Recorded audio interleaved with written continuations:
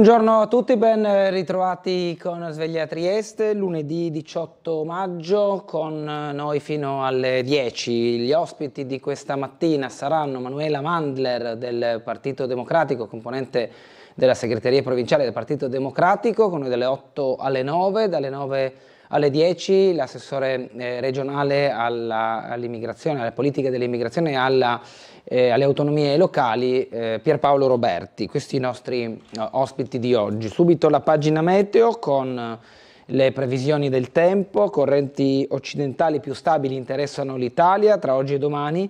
Il passaggio di una saccatura sull'Europa porterà nuovamente condizioni di instabilità sulla regione. Le previsioni per oggi: lunedì 18, sui monti cielo da variabile a nuvoloso, su pianura e costa da poco nuvoloso a variabile, con maggior presenza di sole al mattino, in particolare a Trieste. Nel pomeriggio sulla zona montana saranno probabili rovesci temporali, specie in Carnia e sulle prealpi carniche, che poi potranno interessare anche zone della pedemontana e dell'alta pianura pordenonese e udinese. Sulla costa soffierà brezza anche sostenuta dal pomeriggio, temperature minime tra gli 11 e i 14 gradi, le massime 17-19 gradi centigradi. Per domani in montagna cielo nuvoloso, su pianura e costa cielo da poco nuvoloso a variabile, sui monti saranno probabili piogge sparse ma anche rovesci temporali, specie dal pomeriggio, possibili poi anche sulle altre zone. Temperature in aumento con minime tra i 12 e i 15 gradi, le massime 19-22 gradi centigradi. Ancora instabilità dunque in questi primi giorni della settimana.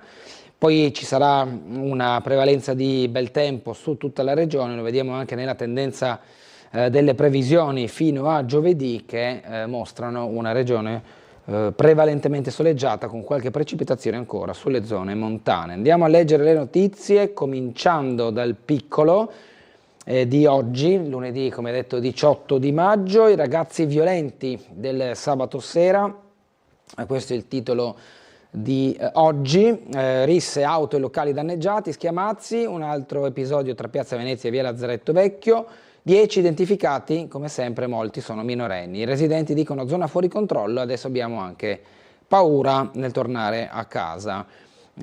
Poi la fotonotizia, Mein Schiff 4 a Trieste, la nave sfuggita dagli attacchi iraniani a Hormuz, l'imponente mappa della Mein Schiff 4 ormeggiata alla marittima, a bordo 1600 passeggeri, come vedremo poi alla pagina 14, qui in foto proprio la poppa della nave.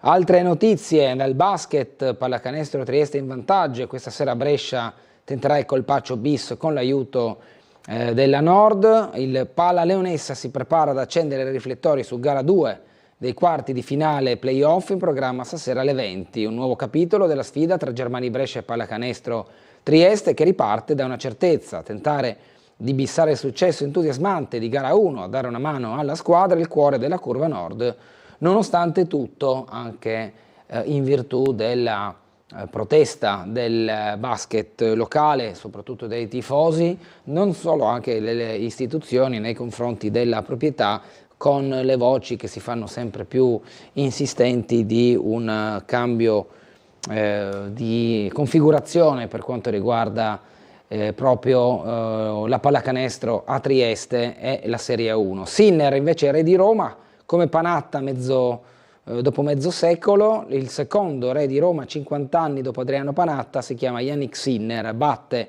Casper Ruud 6-4-6-4 davanti a Mattarella e conquista il quinto titolo Master 1000 stagionale di fila. La vittoria dunque di Sinner ieri in finale contro Ruud, dopo la semifinale che invece aveva giocato con Medvedev, interrotta poi dalla pioggia, e quindi la vittoria 6-4-6-4 contro Ruud. Si arrampica in Val Rosandra, viene morso da una vipera, giovane scalatore, finisce in ospedale. Insidia tra le rocce, emergenza ieri mattina in Val Rosandra, uno scalatore 26enne è stato morso da una vipera. Grazie alla prontezza degli amici che erano con lui, alla calma mantenuta e alla tempestività dei soccorsi, non è in pericolo di vita e non versa in gravi condizioni. L'episodio si è verificato attorno alle 11:30, mentre il giovane era impegnato in un'arrampicata in compagnia di un gruppo di coetanei. A Modena, Mattarella e Meloni in visita Ai feriti il giovane tace con i magistrati riguardo quanto accaduto nei giorni scorsi con l'auto lanciata fra la folla e le aggressioni a Modena. Lo vedremo poi soprattutto, questa notizia la vedremo rimbalzare in tutti gli organi di stampa nazionale. Noi vedremo le prime pagine di alcuni dei quotidiani per darci l'idea delle notizie di oggi. Poi il commento, fine vita, la legge che in Parlamento da 10 anni lascia nel limbo, il commento di Francesco Iori che troveremo a pagina 15. Cormonso, donna triestina trovata morta, suicidio, si indaga, pagina 20, qualche dettaglio su questo ritrovamento di questo corpo. Invece nelle cronache in via Maclig, l'omicidio Granieri, nessun sospetto, dopo 5 mesi con quell'omicidio di San Luigi, anche Ferato nei termini proprio di questa esecuzione che ancora attraverso le indagini hanno difficoltà a risalire all'autore o agli autori di questa spedizione punitiva, che è la pista più probabile in questo momento seguita dagli inquirenti.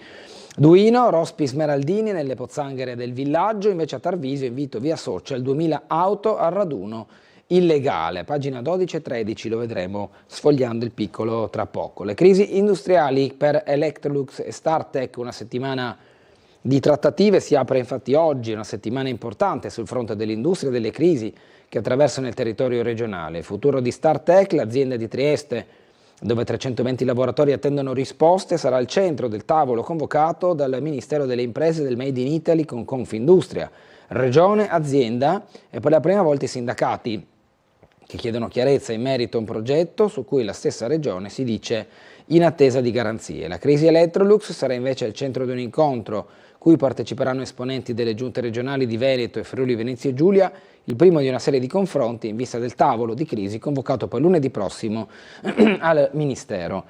Il Nord-Est Economia, gli umanoidi in fabbrica, ormai ci siamo, più che il futuro parliamo di presente anche nelle aziende del Nord-Est. I robot saldatori acquistati da Fincantieri per i cantieri di Monfalcone mostrano che la sfida degli automi collaborativi è ormai una realtà. Massimo Agostini, l'ideatore friulano dei Cobot, dice il prossimo cucinerà il frico, per lanciare anche una sfida sull'innovazione e su quella che può essere anche una rivoluzione del mondo della manodopera nelle industrie.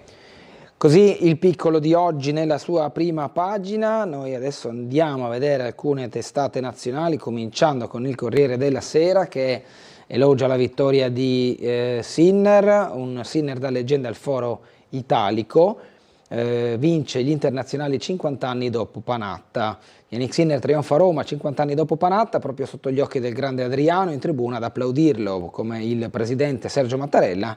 Nella storia anche Bolelli e Vavassori, qui Sinner con la coppa in mano. L'Italia all'Europa, deroga al patto anche per l'energia, la Commissione tiene il punto, non si cambia così il caso, la lettera della Premier a von der Leyen, la deroga al patto di stabilità prevista per le spese destinate alla difesa sia estesa a investimenti e misure straordinarie necessarie per fronteggiare la crisi energetica. Chiederlo è Meloni con una lettera inviata al Presidente della Commissione von der Leyen. La Premier dice: non possiamo giustificare ai cittadini che l'Europa consenta flessibilità per sicurezza e difesa e non per difendere famiglie e imprese, ma l'Unione Europea frena, così il Corriere nella prima notizia in evidenza. Ma è smentito su Al-Masri, Nordio sapeva, parla Giusy Bartolozzi nell'inchiesta. A pagina 15 gli approfondimenti. L'altra fotonotizia, la Juve cade, corrono Milan e Roma, Champions, Napoli qualificato, la festa dell'Inter e la Juve che invece cade in casa con la Fiorentina, vincono Roma e Milan, la Roma ha vinto nel derby e ora la lotta per un posto in Champions si deciderà nei prossimi 90 minuti, Spalletti è anche in bilico. Modena, come abbiamo detto già prima e lo troveremo anche in altri giornali, se ne parlerà parecchio di questa notizia. Non è terrorismo, Mattarella e Meloni dai feriti, il Viminale su El Cudri, disagio psichiatrico. Modena è scesa in piazza contro la paura dopo i passanti falciati, Mattarella e Meloni vanno dai feriti, Piantedosi dice Per El Khoudry, disagio psichiatrico, non si tratta di terrorismo. Cosa coprono davvero le assicurazioni sanitarie invece è lo spazio data room di Milena Gabanelli e Simona Ravizza. L'immersione erano autorizzati ma solo in 3 alle Maldive. Oggi riparte la ricerca dei corpi degli italiani non ancora recuperati e che si troverebbero dentro la grotta a 60-70 metri sotto il mare. Il bottone, scrive Alessandro Davenia nella rubrica Ultimo Banco. Sul palco con le cicatrici, noi sopravvissuti al rogo di Crans Montana, pagina 21. Domani in regalo invece le guide alle regole del condominio con il Corriere della Sera. Prima di andare alle altre testate, vediamo, anzi sentiamo una telefonata. Buongiorno. Buongiorno, sto guardando il telegiornale, ma hanno detto che c'è, il vostro, logico, ma hanno detto che c'è sciopero generale oggi. Sì, è previsto uno sciopero, potrebbero esserci disagi per i trasporti, per i servizi scolastici e diverse altre fattispecie. Perché ne sono permessa, hanno detto che c'è lo sciopero, non passa nessun autobus, allora mi sono permessa di chiamarvi. Sì, bene, Ecco. sì, giusto, ha detto bene. No, Ha detto bene. lo ringrazio. Grazie, buongiorno. Gentile, buona giornata. Lo leggiamo dalla DN Cronos, giusto uno per tutti, con lo sciopero di oggi previsto, sciopero generale 18 maggio, dai treni alla scuola, chi si ferma e perché, disagi in vista per chi si sposta usando il trasporto pubblico locale, salvo invece questa volta il trasporto aereo. E ci sono, come detto, diverse possibilità di disagio, treni, trasporto locale nelle città, ma anche sanità e scuola, disagi in vista a causa della mobilitazione proclamata dalla USB.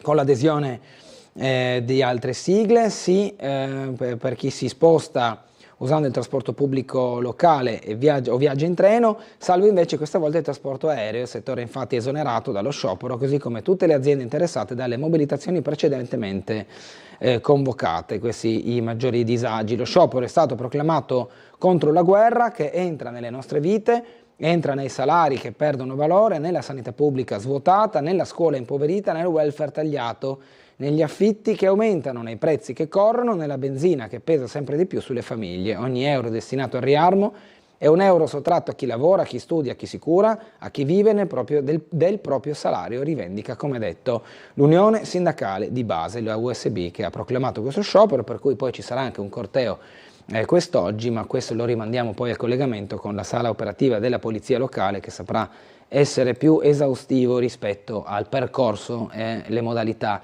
del corteo che si diramerà a Trieste. Andiamo alla Repubblica. Modena contro l'odio, appello del sindaco, 5.000 in piazza, El Khoudry non risponde, sono confuso, escluso il terrorismo.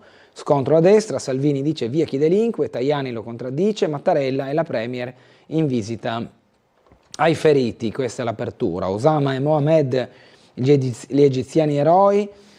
Osama Shalabi, 56 anni, da 30 vive in Italia ma non ha la cittadinanza, fa il muratore a Milano e a Modena per un cantiere, passeggia vicino alla stazione con il figlio Mohamed, arrivato da un paio di mesi. Sabato pomeriggio hanno contribuito a bloccare El Khoudry, una foto li immortala, non abbiamo fatto nulla di straordinario, hanno detto. Così come hanno poi agito per aiutare anche chi stava rimanendo coinvolto in questo folle gesto dell'uomo. Andiamo a leggere poi, Meloni scrive von der Leyen deroga al patto per l'energia, al centro invece la foto della vittoria di Sinner agli internazionali di Roma, il nuovo re di Roma, mezzo secolo dopo Panatta. Nel taglio alto, sport, il calcio all'ora di pranzo va di traverso la Juve, che ieri ha perso, la rivoluzione dell'esserci in un'era social con Concita De Gregorio a pagina 28 e 29, l'intervista a Tony Blair, l'Europa sul Medio Oriente non perda tempo, così a pagina 13, se la guerra ritorna a far tremare, scrive Ilvo Diamanti invece a pagina 21, andiamo a Libero, l'attentatore accusa l'Italia, la sinistra accusa il governo. L'auto sulla folla a Modena, scrive Libero, El Khoudry, paese razzista e bullizzato, il campo largo attacca Salvini sui figli degli immigrati, sciacallo, ma il problema c'è. Mattarella e Meloni dai Firiti, ecco gli eroi che hanno fermato l'uomo, a pagina 2 e 5, fra le pagine 2 e 5, l'approfondimento su questa notizia. Conti in rosso, stangata di De Caro, super tasse in Puglia per coprire i buchi Dem, qui la foto proprio in primo piano. Meloni e l'Unione Europea deroghe per l'energia, il patto di stabilità, la Premier scrive a von der Leyen. Noi, i migranti e la lezione della Francia, scrive Giulio Sapelli. Tanta gente, soliti slogan, se il Salone del Libro non aiuta i libri, è uno degli articoli interni, pagina 13 in questo caso di Libero. Propal Beffati e Sanchez Rosica, l'Eurofestival sabotato fa il boom di ascolti, l'Eurovision Song Contest, il carrozzone continentale di musica pop più o meno leggera, nato 70 anni fa con il nome di Eurofestival, piace sempre di più al pubblico di tutto il mondo, decine di milioni di telespettatori europei e non solo, infatti, in barba ai boicottaggi. Sinner non si ferma più, trionfo pure a Roma, 50 anni dopo Panatta, gli scacchi ci spiegano le mosse di Putin e Xi Jinping, Kasparov e la geopolitica, a pagina 12. Sole 24 ore, l'estate della crisi, italiani e vacanze, scelte last minute per mete più vicine, il conflitto in Medio Oriente pesa sui viaggi, prenotazioni in calo e voli meno cari. Tengono gli affitti brevi, preferita l'area del Mediterraneo, così in primo piano con il Sole 24 ore. Piano casa, gli interventi al test del 70%, per i privati la quota convenzionata fa i conti con i vincoli economici per un'emergenza abitativa, c'è una class action, il 50% chiede lo stop di clausole e prassi scorrette con queste azioni collettive che raggruppano molti cittadini. Agevolazioni IMU, giudici ancora incerti sull'obbligo di dichiarazione, è andata fino alla Cassazione questa richiesta. Pensionati in arrivo dall'estero, flat tax in altri 81 comuni del sud, da Ostuni a Noto, la flat tax al 7% per i pensionati esteri che si trasferiscono al sud è stata estesa ai comuni fino a 30.000 abitanti anziché 20.000 e comprende ora altri 81 centri, oltre ai 2.392 già inclusi alla data del 2019. Come le altre notizie, la no tax area batte i proventi, università appese ai fondi pubblici, immigrati extra Unione Europea 61% lavora, inviati in patria 8,6 miliardi di quanto guadagnano. L'usucapione tra coeredi non basta l'utilizzo, la giustizia, ci sono diverse riforme, diversi cambi di scenari rispetto a certe tipologie, il blocco di Hormuz, stress test per i contratti con gli scenari anche dai mercati, real estate 24, edilizia off-site, ma anche una filiera industriale, e poi da Iliad a Pepsi i brand riscoprono la provocazione per quanto riguarda il marketing. La Gazzetta dello Sport che dà lustro alla vittoria di Yannick Sinner, il gigante, domina anche Rude e scherza col presidente, il signor Mattarella mi emoziona sempre. Poi la festa più attesa, Adriano, abbiamo riportato a casa il trofeo, così con Sinner che si conquista la prima pagina della Gazzetta dello Sport, l'evoluzione del numero 1, il commento di Gianni Valenti. Ora Yannick voglio premiarti a Parigi, così l'intervista a Panatta, gioco fisico e testa non ha rivali, il tennista perfetto in questo momento. Anche per l'assenza poi di un grande competitor come Alcaraz che non era del torneo come neanche in quello precedente, ma sicuramente il confronto fra i due riaccenderà un dualismo che con molto fair play sta andando avanti e andrà avanti nei prossimi anni. Queste sono le notizie delle prime pagine nazionali. Noi torniamo invece all'interno del piccolo per vedere le notizie locali. Quindi torniamo a Trieste con la violenza giovanile del sabato sera, i residenti delle rive pronti alle ronde, nuova maxi rissa nella notte con una trentina di Maranza coinvolti, alcuni sono rimasti feriti, una decina identificati dalle forze dell'ordine, sfondato il lunotto di un'auto in sosta, gli abitanti dicono non ne possiamo più. Per darci un'idea dell'accaduto andiamo a sentire il servizio di Laura Bucarella, andato in onda ieri nel nostro telegiornale. Ancora un sabato notte violento in centro, nella zona delle Rive e della Movida di Trieste. Una rissa è scoppiata intorno alle 2 della scorsa notte fra una trentina di giovani, alcuni dei quali sarebbero rimasti feriti, fortunatamente in modo lieve. Una decina i ragazzi identificati dalla polizia, intervenuta sul posto con 3 pattuglie della questura. Tra le conseguenze della maxi rissa anche il danneggiamento di alcune automobili parcheggiate. Questi i fatti secondo una prima ricostruzione degli agenti che ora indagano sui motivi che hanno scatenato le violenze. I testimoni raccontano di grida e ragazzi picchiati da gruppi di loro coetanei con pugni e calci, ma anche di sedie e tavolini dei bar fatti volare in strada e in almeno un caso sulle auto. Una vettura regolarmente posteggiata è stata seriamente danneggiata con il vetro posteriore infranto e varie ammaccature. Pesanti danni anche agli arredi esterni dei locali, molto numerosi in zona. Poi, all'arrivo delle volanti, molti giovani sono riusciti a dileguarsi nelle strade del centro, mentre circa 10 tra minorenni e appena maggiorenni sono stati identificati dagli agenti. Episodi che si ripetono ormai con preoccupante frequenza nei fine settimana e che stanno esasperando esercenti e residenti. Ancora dal piccolo, sempre su questa notizia, l'auto con il lunotto sfondato e l'avviso della questura, il fermo immagine di una telecamera con il lancio di una bottiglia, con anche queste fra testimonianze e video riprese si stanno diramando le indagini delle forze dell'ordine. Pestaggio usando anche delle bottiglie tra le vie San Giorgio, Diaz, Cadorna e Piazza Venezia. La richiesta di controlli sono i fine settimana, le giornate delicate dove viene chiesta una presenza fissa delle volanti per arginare questo fenomeno. Davanti a urla, botte e degrado si pensa al servizio di vigilanza, turni di guardia e controlli di vicinato, con anche l'idea del cosiddetto fai da te, che in realtà è stato in qualche modo anche regolarizzato con l'approvazione nel piano comunale di polizia urbana, l'introduzione del cosiddetto controllo di vicinato, che parte proprio dalla quarta circoscrizione. La zona di Piazza Venezia ricade difatti nel territorio della quarta circoscrizione. La polizia locale domani in Cavana e a Borgo San Sergio, rilanciato il progetto Rioni Sicuri, l'iniziativa nata per rafforzare il dialogo con cittadini attraverso la presenza dei quartieri cittadini. Con la polizia locale fino al 22 maggio le pattuglie dedicate all'ascolto e alla raccolta di segnalazioni saranno presenti al martedì a Borgo San Sergio dalle 9 alle 10.30 e Piazza Ortis dalle 11 alle 12.30, il venerdì nel giardino di Villa Kosulic dalle 15.30 alle 17.30. Il Consiglio Comunale in aula, discussione su Peba, Ilia e Tari.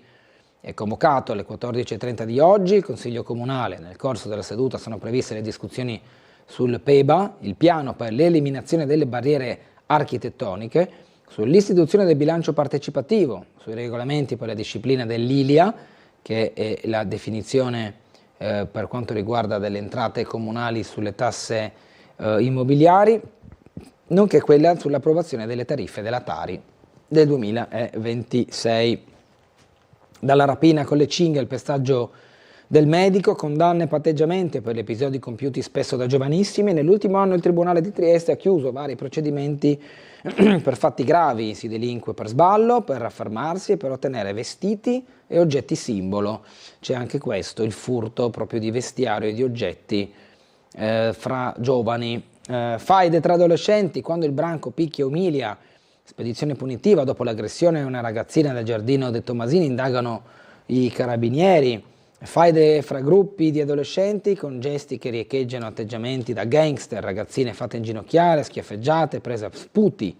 A fare da sfondo a queste preoccupanti rappresaglie e contro rappresaglie sono stati nei mesi scorsi 2 luoghi di ritrovo per giovanissimi, il giardino pubblico De Tomasini e l'area del centro commerciale Il Giulia, fatti su cui indagano i carabinieri diretti dalla procura dei minori. Andiamo ad altro, sempre sulla cronaca però, sull'assassinio di Granieri, 5 mesi di interrogativi. Il 18 dicembre scorso veniva scoperto il cadavere del commerciante di preziosi, ma chi l'ha ucciso con un colpo di pistola alla nuca non ha ancora un nome. Ascoltate le persone che lo frequentavano o che risultavano tra i suoi contatti. Quel tesoro conservato in casa e il valore da accertare: denaro contante, gioielli, orologi, Ad oggi non è dato sapere il valore anche approssimativo di quello che Nicola Granieri conservava in casa, così come non sarà semplice scoprire cosa cercava ed è riuscito a rubare nell'abitazione dell'assassino. L'uomo stava progettando di spostarsi in Thailandia, gli amici e i parenti erano a conoscenza di questa sua intenzione, ma non sanno se avesse colto un pericolo e quindi volesse lasciare l'Italia, o piuttosto se avvertisse solo il desiderio di cambiare vita e trascorrere la vecchiaia godendo del tesoretto messo da parte negli ultimi anni. Un'esecuzione messa a segno da un professionista poi sparito nel nulla. Questo è il profilo del killer, che come detto ancora non ha un nome, o perlomeno non è stato reso noto. Forse poi insomma gli investigatori hanno delle piste da seguire, ma semplicemente non viene divulgato nulla di più. Da Malika a Franceschino, quei delitti senza colpevole, la maga, l'ispettore, la non vedente, la prostituta, l'ex commesso, le vittime dei cold case. I più recenti sono quelli di Liliana Resinovic e di Nicola Granieri, ma in questi casi le indagini sono ancora in corso, quindi è possibile che si arrivi a una soluzione. Andando però indietro nei decenni dei delitti risolti a Trieste, ce ne sono altri 5. Casi ormai freddi, alcuni finiti nel dimenticatoio, rimasti senza un colpevole. Non ha un nome chi ha strangolato Susanna Chicco, trovata senza vita nell'aprile del 1996 nella sua soffitta di Via del Bosco. Non ha un volto l'assassino di Marina Sever, uccisa il 5 novembre del 97 nel suo appartamento studio di Via Flavia. Non ho trovato una soluzione il caso di Arnaldo Franceschino, l'ex ispettore di polizia in pensione, i cui resti vennero trovati a Banne il 22 maggio del 2000, e neppure quello di Giuseppe Canziani, ex commesso soffocato con un cuscino il 4 febbraio del 2001 nella sua casa di San Dorligo della Valle. Risale poi a 20 anni fa il delitto irrisolto di Alma Prasel, anziana non vedente, uccisa a coltellate. Qui ci sono di tutti i casi le indagini e le ricostruzioni fin tanto che se ne è poi parlato e fin tanto che sono state rese note proprio le informazioni su queste vicende. Arrampica in Val Rosandra e viene morso da una vipera, soccorso un 26enne, raggiunto in autonomia a Rifugio Premuda, lì ha trovato ad attenderlo i sanitari, trasportato in codice giallo a Cattinara, è stato sottoposto a terapie specifiche. Anche in questo caso sentiamo qualche dettaglio aggiuntivo nel servizio. Morso da una vipera mentre compie un'arrampicata in Val Rosandra. È successo questa mattina intorno alle 11:30 a uno scalatore triestino di 26 anni. Il giovane stava facendo arrampicata con i suoi amici in Val Rosandra e nonostante il morso della vipera è riuscito a scendere insieme al gruppo fino al Rifugio Premuda, dove lo hanno trovato i soccorritori giunti sul posto con l'ambulanza. Il ragazzo è stato stabilizzato sul posto dal personale sanitario ed è stato subito portato in codice giallo all'ospedale di Cattinara per le cure del caso. È ricoverato in medicina d'urgenza in osservazione. Le ultime informazioni parlano di condizioni stabili. Si tratta di un evento molto raro in Val Rosandra, l'ultimo 4 anni fa ai danni di una turista. In quell'occasione avevamo intervistato il professor Sergio Dolce, già direttore del Museo di Scienze Naturali di Trieste e guida scientifica, che conosce a memoria il territorio, eppure in tutta la carriera ha osservato soltanto 4 casi simili. Se uno mi chiedeva c'è la possibilità lì di trovare, io avrei detto no, è una cosa praticamente impossibile. A leggere poi oggi il corteo da San Giusto, previsti disagi nei servizi, lo sciopero generale che può essere informazione di pubblica utilità, in attesa poi di collegarci con la polizia locale che sarà più precisa a riguardo.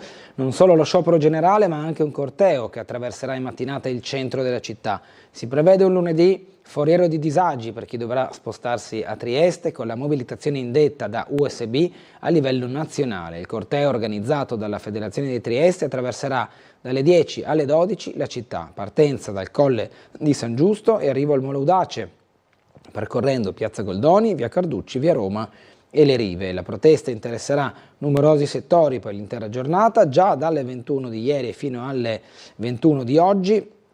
I disagi interessano i treni con fasce di garanzia dalle 6 alle 9 e dalle 18 alle 21 per i treni regionali. Acegas, APS e AMGA informa che potrebbero verificarsi disagi nello svolgimento dei servizi gestiti, ricordando però che saranno garantite le prestazioni minime.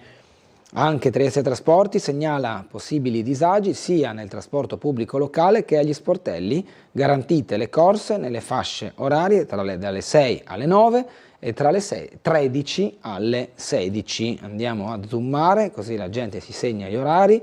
Per quanto riguarda le corse pubbliche degli autobus, garantite le corse nelle fasce dalle 6 alle 9 e dalle 13 alle 16. Noi ora andiamo in pubblicità per tornare poi tra poco e continuare la lettura del Piccolo.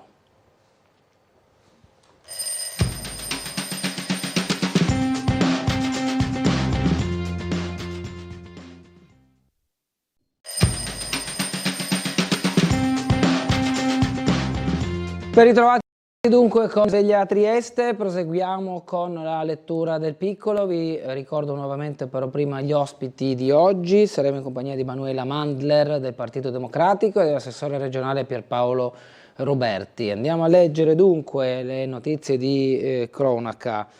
Triestina trovata morta impiccata ad un albero su un sentiero a Cormonzi. I carabinieri propendono per il suicidio, avrebbe lasciato un biglietto in cui manifestava la stanchezza di vivere. Aveva 34 anni, il sindaco dice siamo vicini alla sua famiglia. Un numero verde per l'aiuto psicologico, l'800 51 05 10, lo ripetiamo 800 51 05 10, è il numero verde gestito da Televita su incarico dell'azienda sanitaria universitaria Giuliano Isontina per la prevenzione dei comportamenti suicidari. Nei primi anni 90 il tasso di suicidi di Trieste era pari a 25 ogni 100.000 abitanti, a fronte di una media nazionale di 8 ogni 100.000, un fenomeno che allarmò le istituzioni e le spinse a realizzare alcune azioni di contrasto.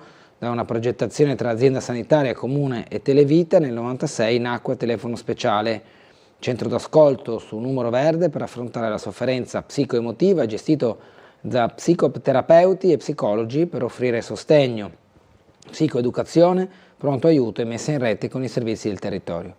Oggi il servizio di riferimento erogato per Asugi Telefono Speciale risponde appunto al numero 800 5105 10, questo numero per chi avesse in qualche maniera un disagio che potrebbe sfociare anche in qualche gesto estremo.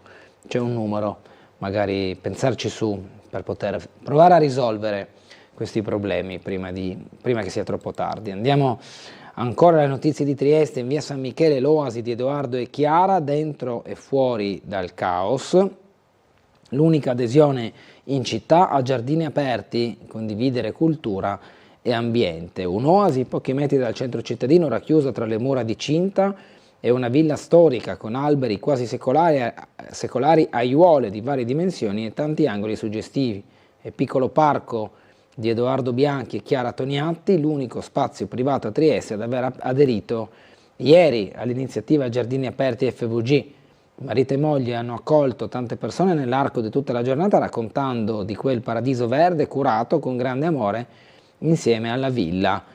Queste sono le foto non solo dei coniugi, ma anche proprio della villa, degli spazi verdi, alcuni anche degli spazi interni. Terzo posto a Exponi del Petrarca, della sostenibilità alle Olimpiadi. Strade, buche, pozzanghere, spunta il rospo smeraldino. Andiamo a Duino Aurisina. Nel percorso dissestato del villaggio del pescatore verrà creato un laghetto. Si chiama Rospo smeraldino perché il suo dorso si presenta coperto da chiazze color verde smeraldo che lo rendono unico, e ha trovato il suo habitat al villaggio del pescatore, in una grande pozzanghera creata dalle piogge nei pressi del sito diventato famoso per la scoperta dei dinosauri Antonio e Bruno. Un'area destinata a essere sistemata con la realizzazione di una rotatoria adatta alle manovre delle corriere di turisti che l'amministrazione comunale di Duino Aurisina conta di vedere arrivare quando il parco paleontologico diverrà una realtà. Un habitat perfetto, la specie sopporta elevati gradi di salinità dell'acqua, questo del rospo smeraldino che per intenderci è questo qui, con le chiazze verde che vedete su un corpo color marroncino. Poi ovviamente le sfumature con la foto non sono del tutto colte. E poi la tartaruga marina, Eduino Orisina aderisce al progetto di salvaguardia delle caretta careta. Questo è un esemplare che vedete in foto. Da deposito a bilocale Vista Mare, abuso edilizio lungo la via del Pucino, 2 indagati per violazione dei vincoli paesaggistici tra la costiera e il Carso. Così l'indagine, sono scattati gli accertamenti dopo la segnalazione di un inquirente. Passeggiando ha notato infatti il fabbricato. A Muggia un'estate al castello tra visite guidate, degustazioni e yoga. Per la nuova proprietà una collaborazione con Promoturismo, prende il via la prima stagione estiva del castello di Muggia con la gestione firmata da Cultura Arti e Saperi SRL. La nuova proprietà ha presentato le iniziative già programmate alle quali potranno aggiungersi ulteriori eventi nei prossimi mesi e la collaborazione avviata con Promoturismo FVG per l'iniziativa Borghi del Friuli Venezia Giulia. Comunità energetica CER San Dorligo ottiene per prima la certificazione del Ministero. La comunità energetica di San Dorligo della Valle Dolina, CER San Dorligo, ha ottenuto per prima nell'ex provincia di Trieste la qualifica ufficiale da parte del gestore dei servizi energetici del Ministero dell'Economia. Si tratta di un traguardo importante per il territorio giuliano e il Carso, ottenuto al termine di un iter burocratico lungo e articolato che segna una svolta nella transizione energetica locale. Con la qualifica da parte del GSE, il CER Verde certifica la propria piena operatività quale soggetto giuridico riconosciuto nell'ambito della normativa italiana sulle energie rinnovabili, aprendo così la strada a un modello di energia condivisa, sostenibile e radicata in tutto il territorio. La pagina delle segnalazioni e delle lettere, fotografie dei lettori, la mano che nutre l'agnello neonato, morire per colpa di altre persone, si parla del caso delle Maldive, Tari, chi vive da solo fa meno rifiuti, così scrivono i lettori. FIPE e IAL hanno celebrato la ristorazione italiana e il riso, qui la foto del gruppo. L'impegno di BB per gli animali, lo vediamo nella foto con la rubrica Mondo e Natura, e poi le fotografie dei lettori, un bagno con il cavallo sul litorale di Muggia, particolare scatto che viene pubblicato dal Piccolo. Così come abbiamo visto le notizie e anche questa, colori e fiori nel murale della microarea di Borgo ex Fonderia, ora ci spostiamo alle prime pagine del Piccolo con invece tutta la situazione nazionale e internazionale tra cronaca politica e altro. Mattarella e Meloni fanno visita ai feriti, il 31enne non parla con i magistrati. Il capo dello Stato ringrazia i medici per il lavoro che fatto ogni giorno, la commozione dei passanti intervenuti per bloccare l'attentatore. Oggi l'udienza di convalida del fermo dell'aggressore davanti al GIP, il giudice per le indagini preliminari. Qui la foto della manifestazione voluta dal sindaco di Modena Massimo Mezzetti in piazza Grande per riunire la cittadinanza per un grande abbraccio collettivo. La reazione della città insieme contro l'odio, l'inchiesta, per il momento non si sono trovati segni di radicalizzazione, l'attenzione si concentra sul percorso di cure psichiatriche che è stato interrotto. L'enigma di Salim, laureato e con problemi psichiatrici, Salim El Koudri, 31enne, che a Modena ha investito 7 persone, qui in foto. Dagli elementi di schizofrenia lo avevano portato a recarsi nei centri di salute mentale tra il 2022 e il 2024. Su di lui c'è poco. Salim El Koudri è ancora un enigma da risolvere per chi indaga. Nella perquisizione eseguita a Ravarino, nella casa del 31enne, non sarebbe stato trovato niente di immediatamente rilevante. Dall'analisi dei dispositivi sequestrati e analizzati non emergerebbero per ora elementi che facciano pensare a percorsi di radicalizzazione. Quel che è certo è che l'uomo che ha investito un gruppo di persone in centro a Modena, ferendone gravemente 4, il laureato in economia aziendale, attualmente non stava lavorando per un paio d'anni, è stato seguito dal centro di salute mentale di Castelfranco Emilia, sempre nella provincia. Era un ragazzo di 31 anni, nato a Bergamo, residente a Ravarino, aveva avuto degli elementi di schizofrenia che lo avevano portato a recarsi nei centri di salute mentale tra il 2022 e il 2024, ma non era stato sottoposto a TSO sentendo il sindaco Maurizia Rebecchi. La comunità di Ravarino, tutti mi dicono che era un ragazzo normale, che non aveva mai dato nessun segno di squilibrio visibile, conviveva tranquillamente con tutto il paese, ha spiegato, come ha detto poi il sindaco. Questo è il profilo dell'uomo. Gli egiziani, tra gli eroi, uno senza cittadinanza, ora spero di ottenerla, Osama Shalabi, sì. Ha 56 anni e in Italia da 30, fa il muratore, non abbiamo avuto paura, temiamo Dio, dice. Qui vedete uno scatto di un gruppo di persone che bloccano proprio l'attentatore dopo l'aggressione a Modena.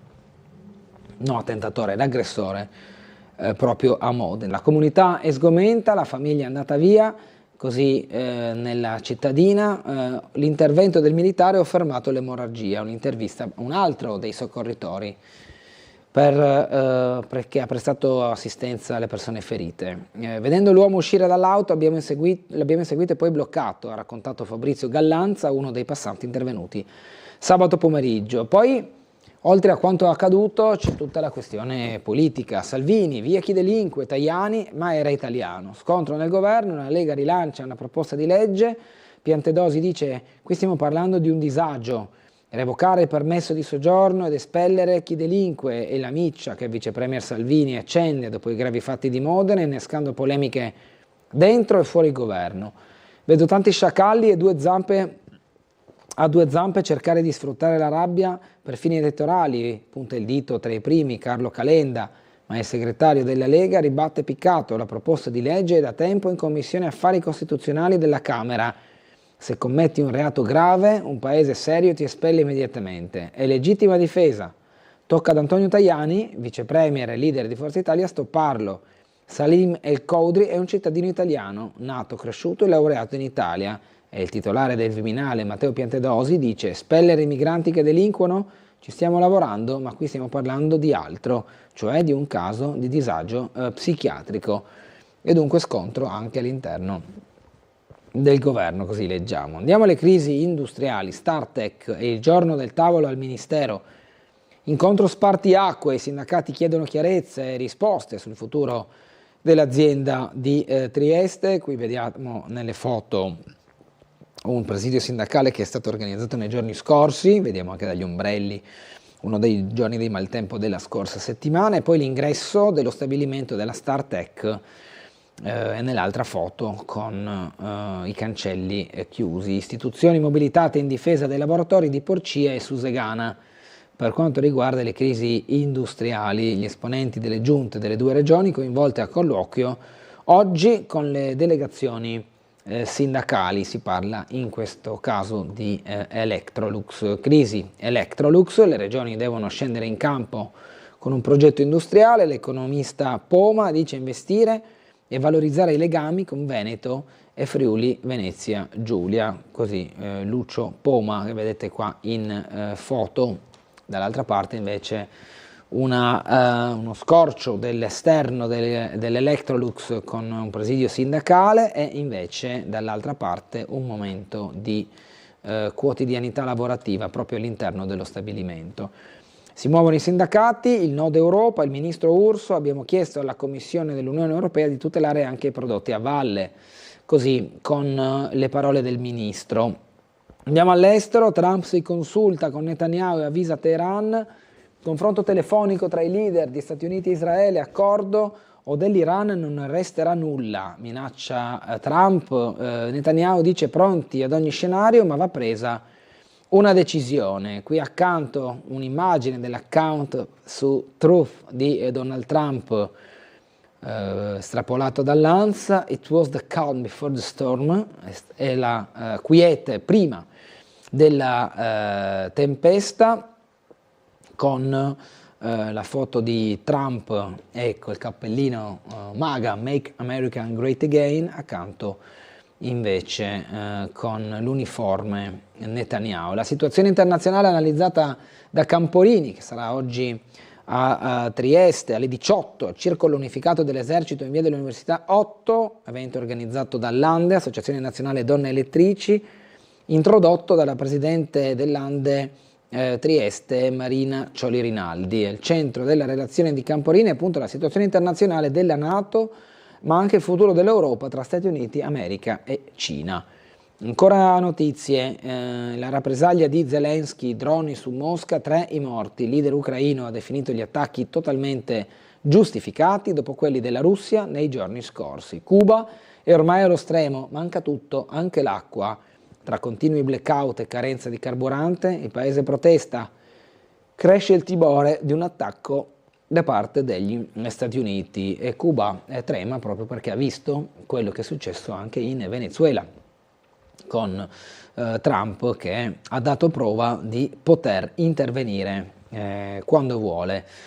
Attualità, Nazioni Unite bloccate dai veti di Stati Uniti e Russia, serve una riforma, la giurista Ann Peters, istituzione paralizzata a causa degli interessi di Washington e Mosca che la usano per sfuggire alle condanne internazionali. Così l'intervista e le dichiarazioni per quanto riguarda le Nazioni Unite. Il diritto internazionale ha ancora un ruolo, anche per chi lo viola, si dovrà sviluppare, ma non sappiamo ancora in quale direzione. Il convegno all'Ateneo Giuliano, perché Ann Peters parlerà oggi alle 10:30 in Aula Bachelet della sede principale dell'Università di Trieste al convegno internazionale Law in the Global Order, così come detto alle 10:30, è direttrice dell'Istituto Max Planck di diritto pubblico comparato e diritto internazionale, professoressa onoraria all'Università di Basilea, all'Università di Heidelberg e la Libera Università di Berlino, nonché titolare della cattedra William W. Cook Global Law alla Michigan Law School. Insomma, sicuramente non l'ultima arrivata. Trieste, festa sulle rive per la Mein Schiff 4 dopo la fuga da Hormuz, la nave TUI uscita dallo stretto dopo il blocco di 50 giorni. L'unità è riuscita a sottrarsi al blocco iraniano nelle 24 ore in cui il braccio di mare è stato riaperto e quindi questa nave adesso si è trovata addirittura d'arrivo a Trieste e andiamo a capire di più su quanto accaduto. È ormeggiata dalla prima mattinata alla stazione marittima la nave Mein Schiff 4 della compagnia TUI Cruises al termine di un viaggio segnato da difficoltà straordinarie che hanno messo alla prova la professionalità degli operatori di bordo. La nave è arrivata a Trieste senza passeggeri, con il solo equipaggio a bordo dopo aver subito un fermo forzato di quasi 2 mesi nello stretto di Hormuz, uno dei corridoi marittimi più pericolosi al mondo. Approfittando della finestra temporale di poche ore in cui il passaggio era stato ufficialmente dichiarato libero, il comandante Panagiotis Varozzos ha condotto con successo Mein Schiff 4 oltre il corridoio. Il presidente dell'autorità portuale di Trieste Terminal Passeggeri, Marco Consalvo, ha rivolto oggi un sincero benvenuto alla nave, al suo comandante e all'intero equipaggio. A bordo della nave si è svolto un breve momento istituzionale tra il comandante e le autorità locali. Nave che è una delle 4 navi che è rimasta ferma per via della chiusura dello stretto di Hormuz. Inizia oggi di nuovo lei la stagione a Trieste, quindi è arrivata vuota. Gli abbiamo fatto degli striscioni di benvenuto in lingua tedesca perché la compagnia è compagnia tedesca e abbiamo appena terminato la plaque ceremony, quindi uno scambio di crest con le autorità e il comandante della nave. Dopo aver imbarcato 1.600 passeggeri, la nave è pronta a salpare per la crociera programmata. Scalerà a Trieste ogni domenica, arrivo in banchina per le 4:30 di mattina e partenza alle 22. Per noi insomma è una delle compagnie che fa più scali e che movimenta più passeggeri a Trieste, ma chiaramente anche per tutto l'aspetto legato ai crew, alla sicurezza dei membri dell'equipaggio, insomma dei passeggeri. Questa è la prima cosa, e poi che siamo contenti insomma che è riuscita ad arrivare a Trieste in tempo. Alla stazione marittima è ormeggiata anche la Seven Seas Grandeur della compagnia Regent Seven Seas Cruises, nave con oltre 700 passeggeri in sbarco e altrettanti in imbarco. Andiamo a leggere ancora oggi il team finlandese nella grotta della morte, impresa complessa, 2 uomini e una donna nella squadra specializzata arrivata ieri a Malé, tentano il recupero dei 4 sub italiani intrappolati scusate, durante l'immersione. Finora è stato riportato in superficie solo il corpo di Gianluca Benedetti. L'operazione per recuperare gli altri 4 dei 5 sub che non sono rientrati il 14 maggio da un'immersione alle Maldive. Sono già sul posto e tenteranno da questa mattina l'impresa 3 specialisti del Dan Europe, Fondazione Medica e di Sicurezza e Assicurazione per Sub.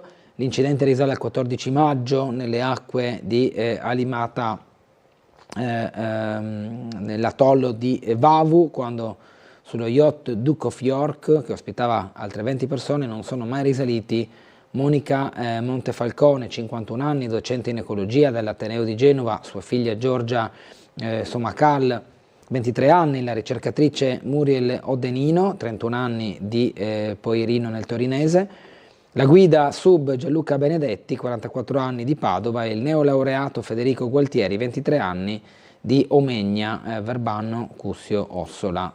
Probabilmente ancora integri i 4 cadaveri nella cavità. Secondo gli esperti, la verifica delle attrezzature della zona sarà un passaggio fondamentale. Secondo il biologo marino Roberto Danovaro dell'Università Politecnica delle Marche, la squadra specializzata troverà i corpi dei 4 italiani ancora integri. Gli unici effetti potrebbero essere provocati dalla temperatura elevata dell'acqua e dalla permanenza nei corpi in quelle condizioni per almeno 5 giorni. Le grotte sottomarine non sono ambienti di caccia, dichiara, e un corpo che si possa trovare al loro interno non è un target per le specie che popolano quegli ambienti.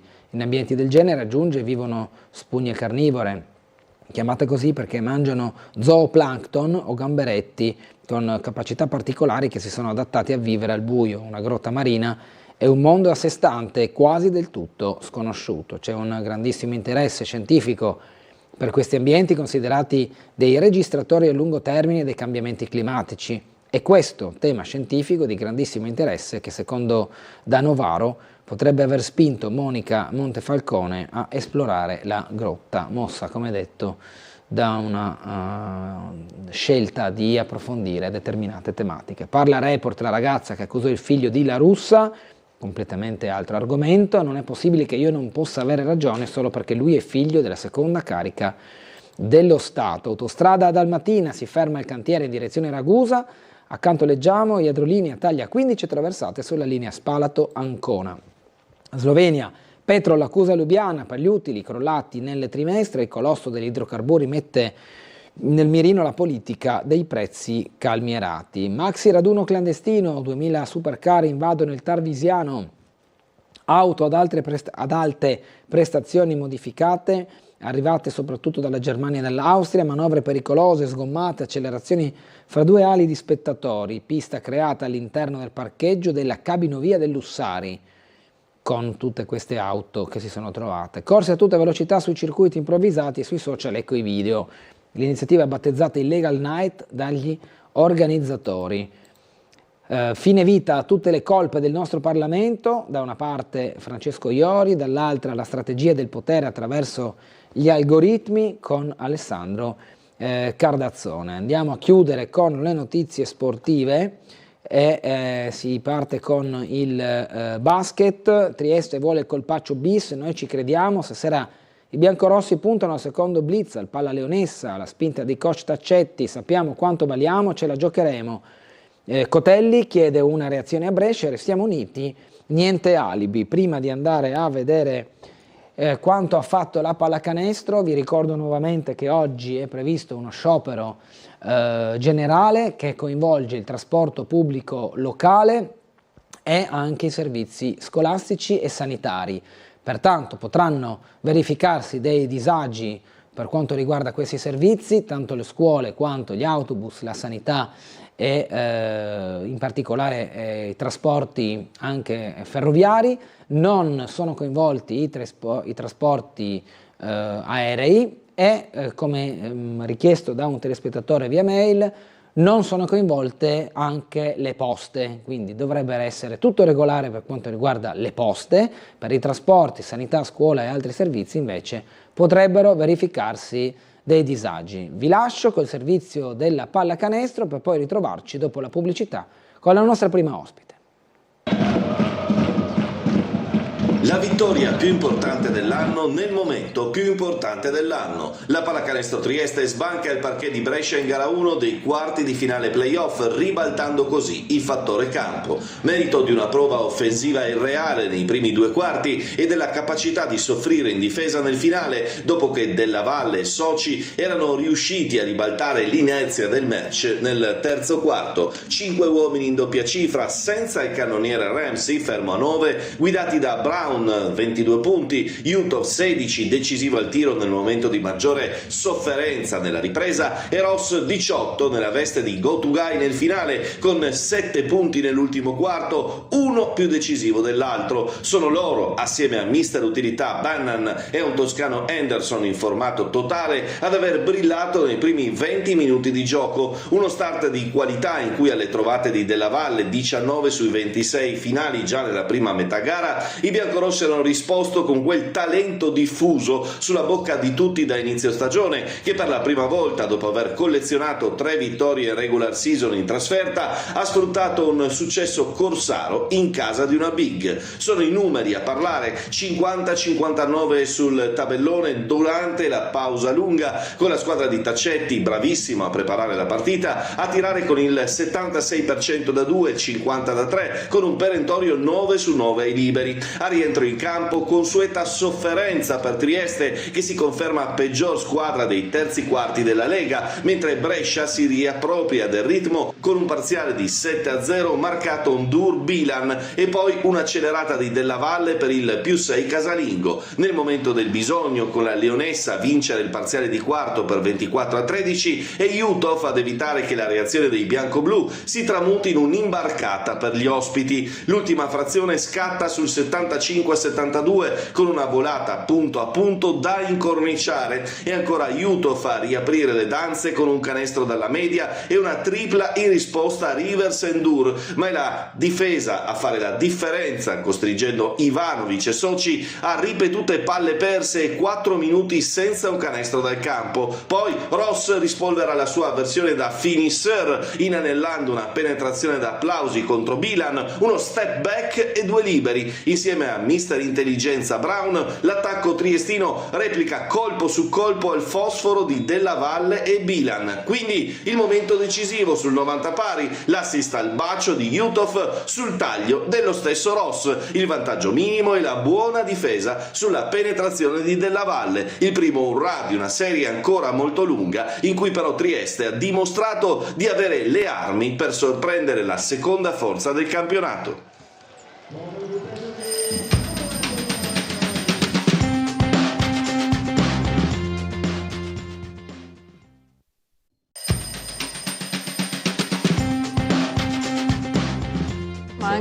Ben ritrovati in diretta con Sveglia Trieste. Intanto si chiacchierava con Manuela Mandler, componente della segreteria provinciale del Partito Democratico, coordinatrice dei forum sempre del Partito Democratico. Ben trovata, buongiorno. Grazie dell'invito e buongiorno a tutti a casa.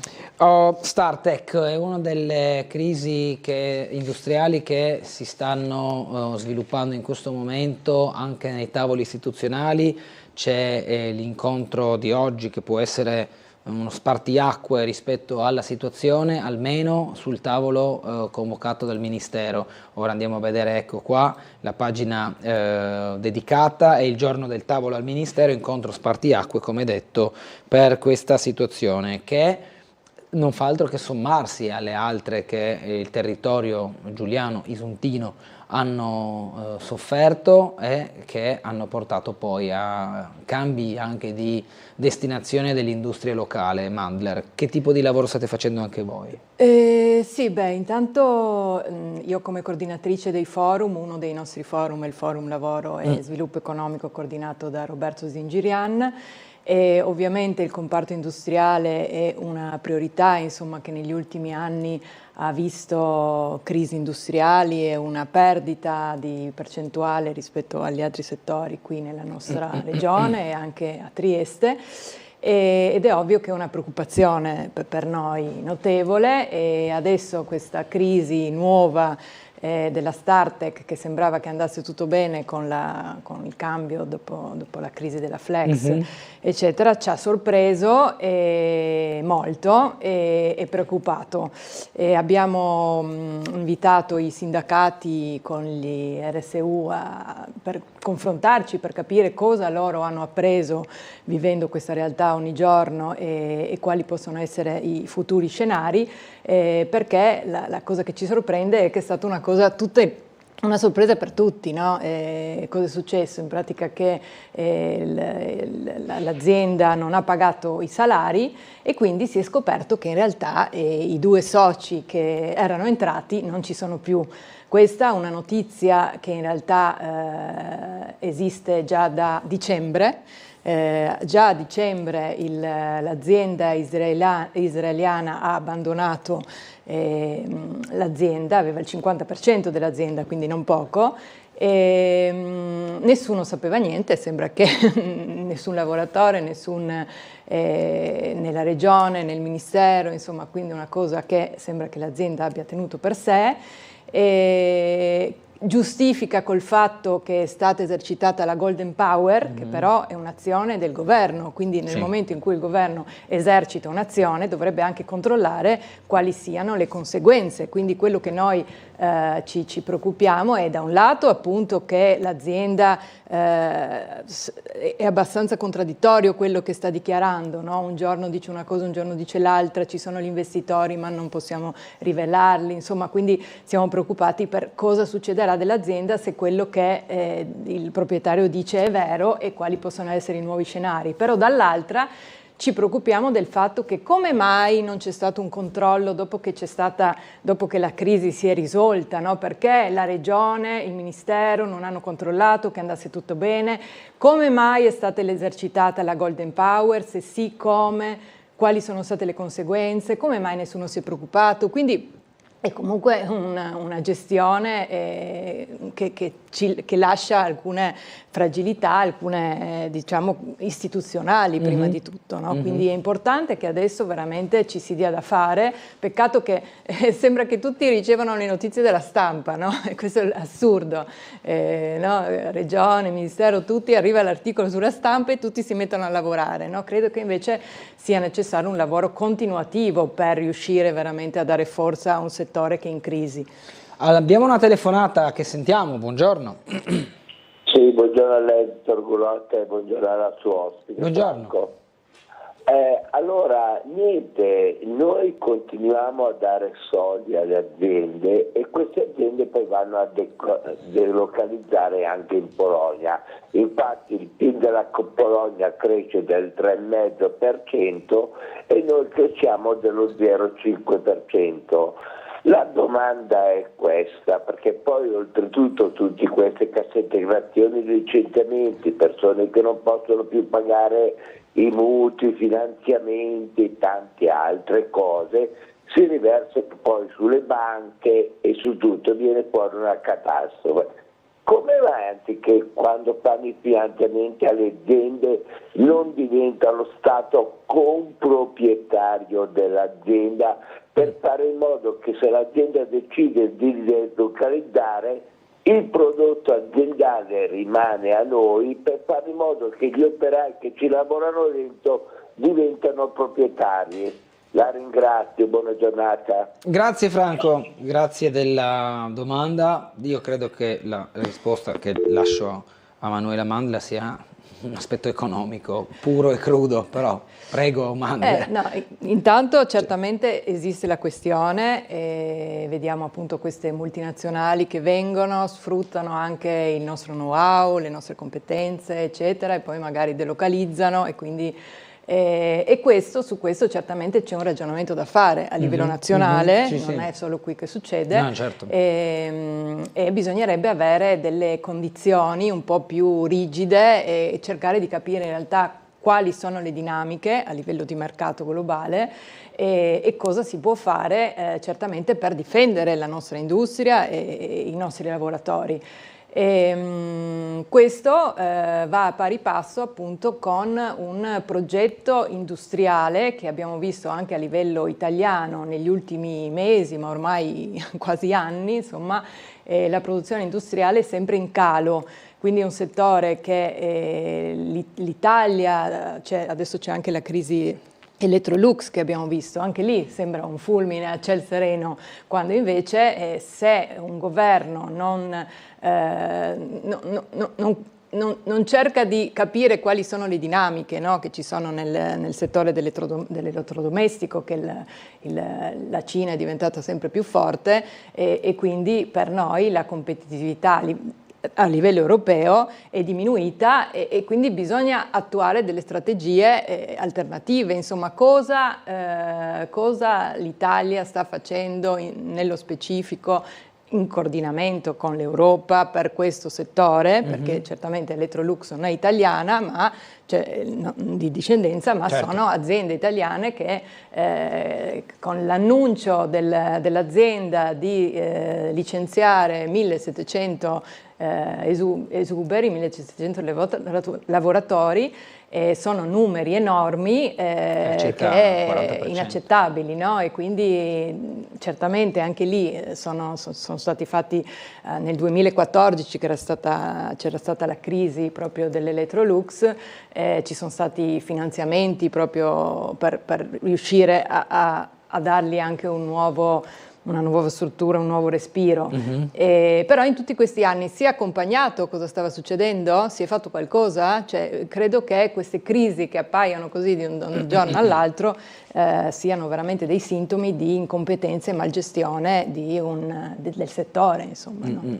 Ancora una telefonata, buongiorno. Buongiorno, sono Franco Lecco.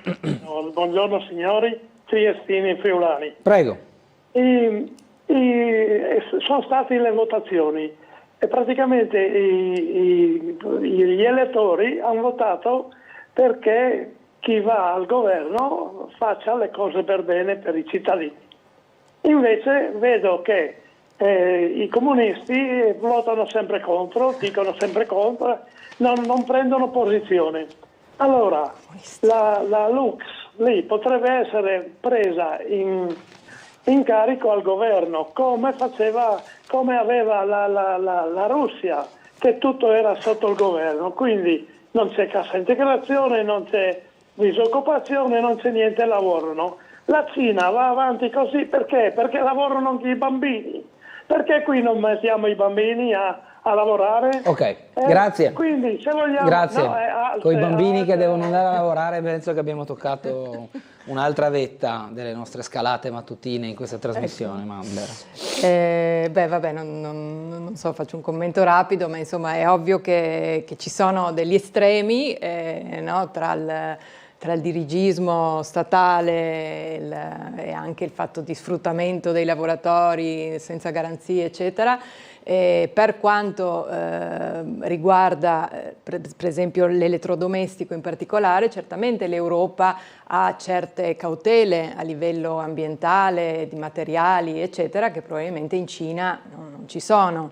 Qual è la soluzione? Io non credo che la soluzione sia indietreggiare rispetto a delle cautele, di interesse ambientale, per la salute dei cittadini, eccetera. Ma credo che sia veramente lavorare a livello strategico in collaborazione con gli altri paesi in modo di rilanciare le economie in maniera coordinata. Insomma, certamente non sono un'esperta di questi settori e non pretendo di esserlo, ma non vedo grandi riunioni che pensino appunto a questo settore in maniera organica. Ecco. Ancora una telefonata, buongiorno. Buongiorno a lei, suo ospite, sono Gino. Prego. Io ascolto questi discorsi e mi pare di essere in un altro mondo.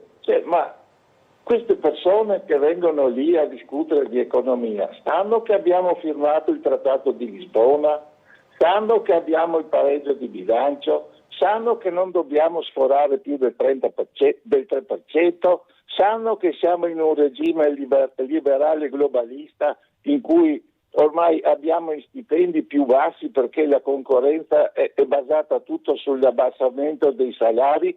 Sanno queste cose, queste sono da 30 anni che sono vigenti ed è chiaro che la nostra situazione economica, dopo aver svenduto tutte le nostre aziende statali e l'Europa ci impedisce allo Stato di partecipare ad attività economiche ed anche ad attività della sanità, anche sanitarie, dovrebbe essere tutto privatizzato. Praticamente il mercato è padrone dei popoli.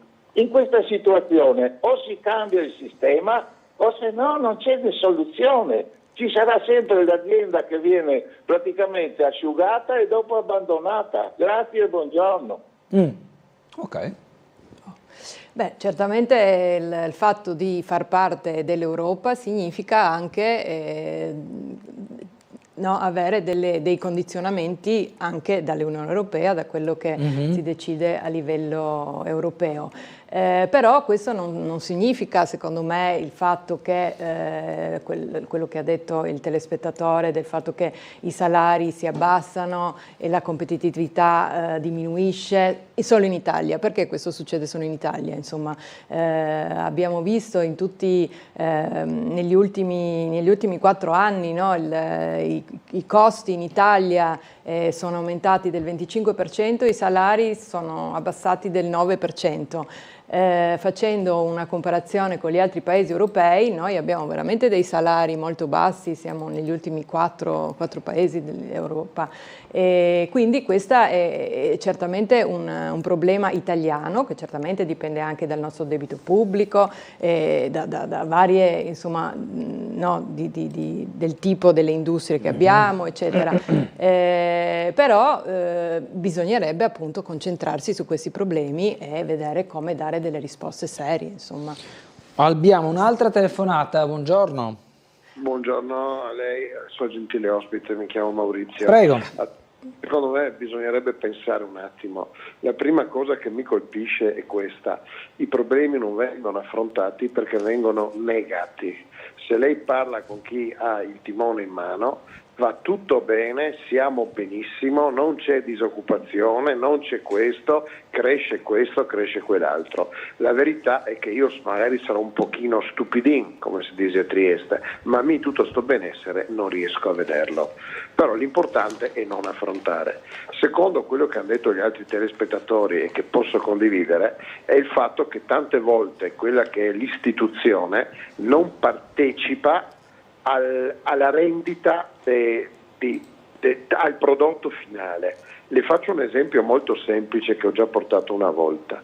Quello che era il castello di Muggia, no? Oggigiorno tanti triestini vanno a sposarsi nei castelli in Friuli. Sì. Ecco, noi avevamo un castello a Muggia, si poteva acquistarlo a spese del comune, avere dei custodi, dei giardinieri e affittarlo per fare i matrimoni a Muggia.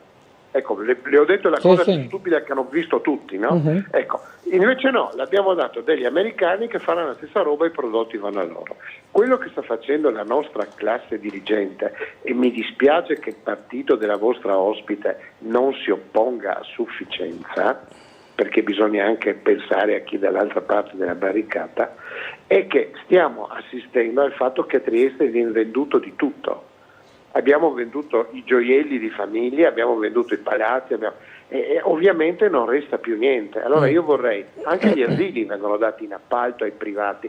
Allora funziona così, lo Stato ci mette i costi, i privati vanno agli altri, per cui noi finiremo sempre peggio e soprattutto negare la realtà. Va tutto bene. Abbiamo avuto una vostra ospite 2 settimane fa che ha detto che lei paga i pomodori 2 euro al chilo. Vorrei sapere dove va a comprarli 2 euro al chilo, perché io ho girato, ho visto né all'Idel né all'Eurospin li trovi per quel prezzo, costano più del doppio. Allora, finché negheremo la realtà, avremo questi risultati. Grazie. Grazie Maurizio, che ha sollevato un paio di temi. Primo proprio quello della comunicazione anche istituzionale, cioè di chi al governo in questo caso, perché parliamo di crisi industriali nazionali, in questo caso di Electrolux e Startech, più una situazione locale, ma come vedete il tavolo è convocato dal Ministero, quindi ha a che fare col governo. E quindi la comunicazione rispetto a quanto sta succedendo e a come sta andando la situazione, monitoraggio o meno, come diceva lei in apertura di suo intervento. Dall'altro anche la spinta a collaborare o vendere, per non usare altri termini, al privato asset che possono essere più o meno strategici, dagli asili, certo. La menzione l'ha fatta il telespettatore e credo che si riferisse a Roiano, in vista San Giovanni, esatto. Dagli asili a i servizi. Sono completamente d'accordo con il telespettatore, lo ringrazio per questi due temi che sono entrambi molto importanti. Parto dal secondo, sì, perché in realtà viviamo sia a livello nazionale che regionale che locale questo processo per cui si sta dando, vediamo nella sanità e adesso anche nella scuola appunto, si sta andando verso, verso il privato. E questo certamente indebolisce il pubblico e indebolisce la possibilità poi di gestire cosa si offre ai cittadini. Il caso dell'asilo di Roiano è grave. Perché è grave? Perché intanto è stata la prima volta che si è aperto a questa possibilità, mentre solo i centri estivi hanno questo sistema, no? di appalto. Sì. Mentre è la prima volta che un servizio appunto di scuola, di asilo nido si dà in questo, e può essere in realtà una prima volta che apre la strada anche a successive volte, non è un'eccezione, infatti probabilmente sarà la strada anche dell'asilo di San Giovanni. Questo certamente noi siamo contrari perché è ovvio che se c'è una gestione diretta i costi sono maggiori, però il servizio è migliore, i lavoratori hanno delle condizioni migliori che invece in questo caso con l'appalto non si riesce mai a gestire, ad essere sicuri, no? Ci sono sempre dei lavoratori di serie A e dei lavoratori di serie B. Quindi i problemi ci sono e quindi noi anche investendo un po' di più crediamo che sia importante appunto mantenere i servizi educativi pubblici.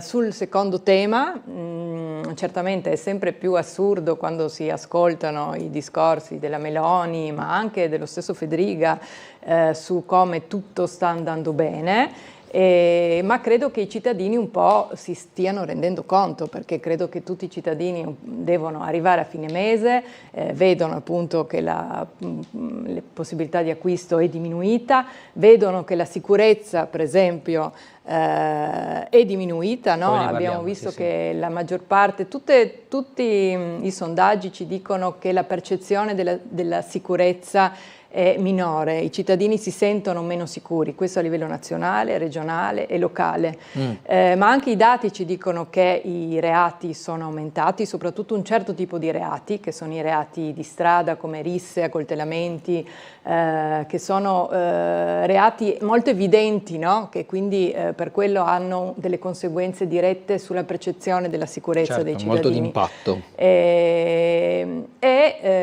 Il governo di destra a tutti i livelli che ha vinto le campagne elettorali sbandierando la bandiera della sicurezza non è riuscito a dare soluzioni. In realtà le cose non sono migliorate ma sono peggiorate. Questo perché, insomma, possiamo fare un'analisi, non so se continuo su questo argomento, possiamo fare un'analisi ai vari livelli, insomma, certamente la sicurezza dipende da due pilastri fondamentali, no? La repressione, che a me piace chiamarla di più come contrasto alla criminalità, e la prevenzione, sono tutti e due fondamentali. E negli ultimi anni, sia a livello nazionale ma anche a livello locale, c'è stato un disinvestimento sulla prevenzione, proprio a livello di spese per le politiche sociali.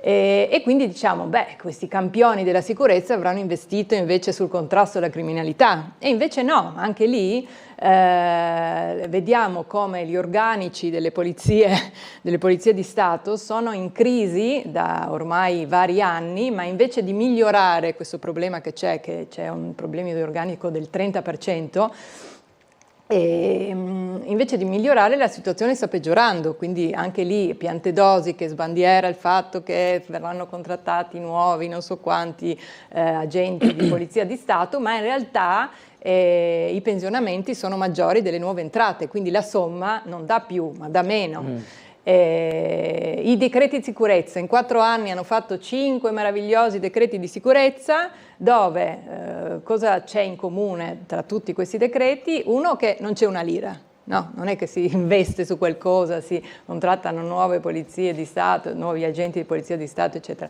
2, si inventano nuovi reati e nuove pene, gestendo in maniera comunicativa in realtà la sicurezza, non seriamente.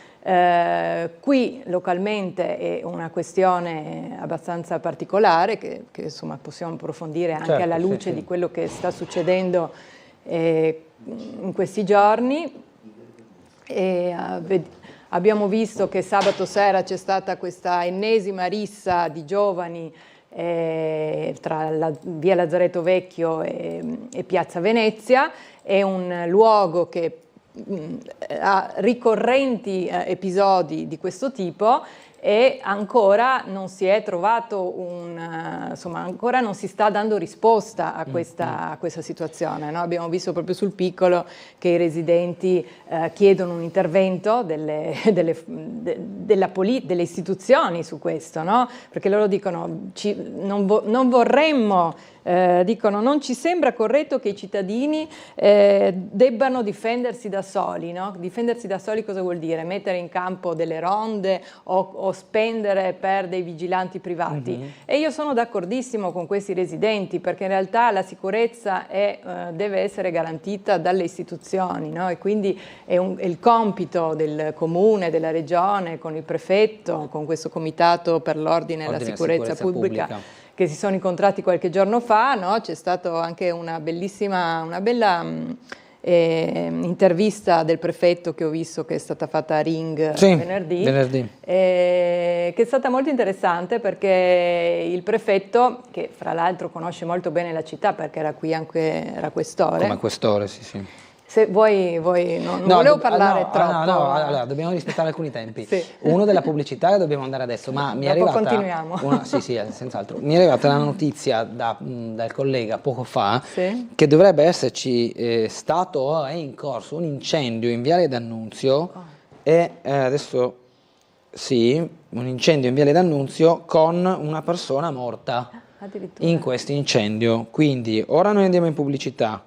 Dopodiché, appena avremo aggiornamenti, saremo qui per fornirveli. È tutto in itinere, lo stiamo dicendo, proprio lo apprendo, e come lo apprendo ve lo comunico. Quindi andiamo in pubblicità, torneremo tra poco, riprenderemo il discorso sicurezza, le telefonate e poi quest'ultima ora di cui vi sapremo dare, spero, qualche notizia a breve. A tra poco.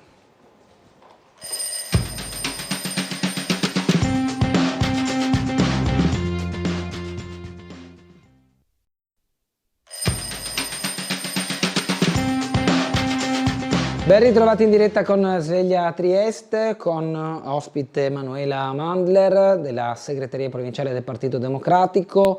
Come vedete dal titolo, incendio in un'abitazione in Viale D'Annunzio, morta una persona. Queste sono le prime informazioni che ci sono arrivate. Sul posto per noi ci sarà tra poco Marco Stabile che saprà aggiornarci a riguardo. Nell'attesa, anche dando uno sguardo in velocità ai siti di informazione locale, non vedo ancora nulla, quindi è proprio un qualcosa di molto molto recente, pertanto aspettiamo per avere ulteriori dettagli. Andiamo a sentire una telefonata, poi Mandler riprendiamo anche il tema sicurezza, declinandolo in quello che è successo anche in questi ultimi periodi a Trieste con le risse, le baby gang, le spedizioni punitive e altro ancora. Buongiorno. Buongiorno dottor Culotta, lei e la sua gentile ospite. Prego. Del Partito Democratico.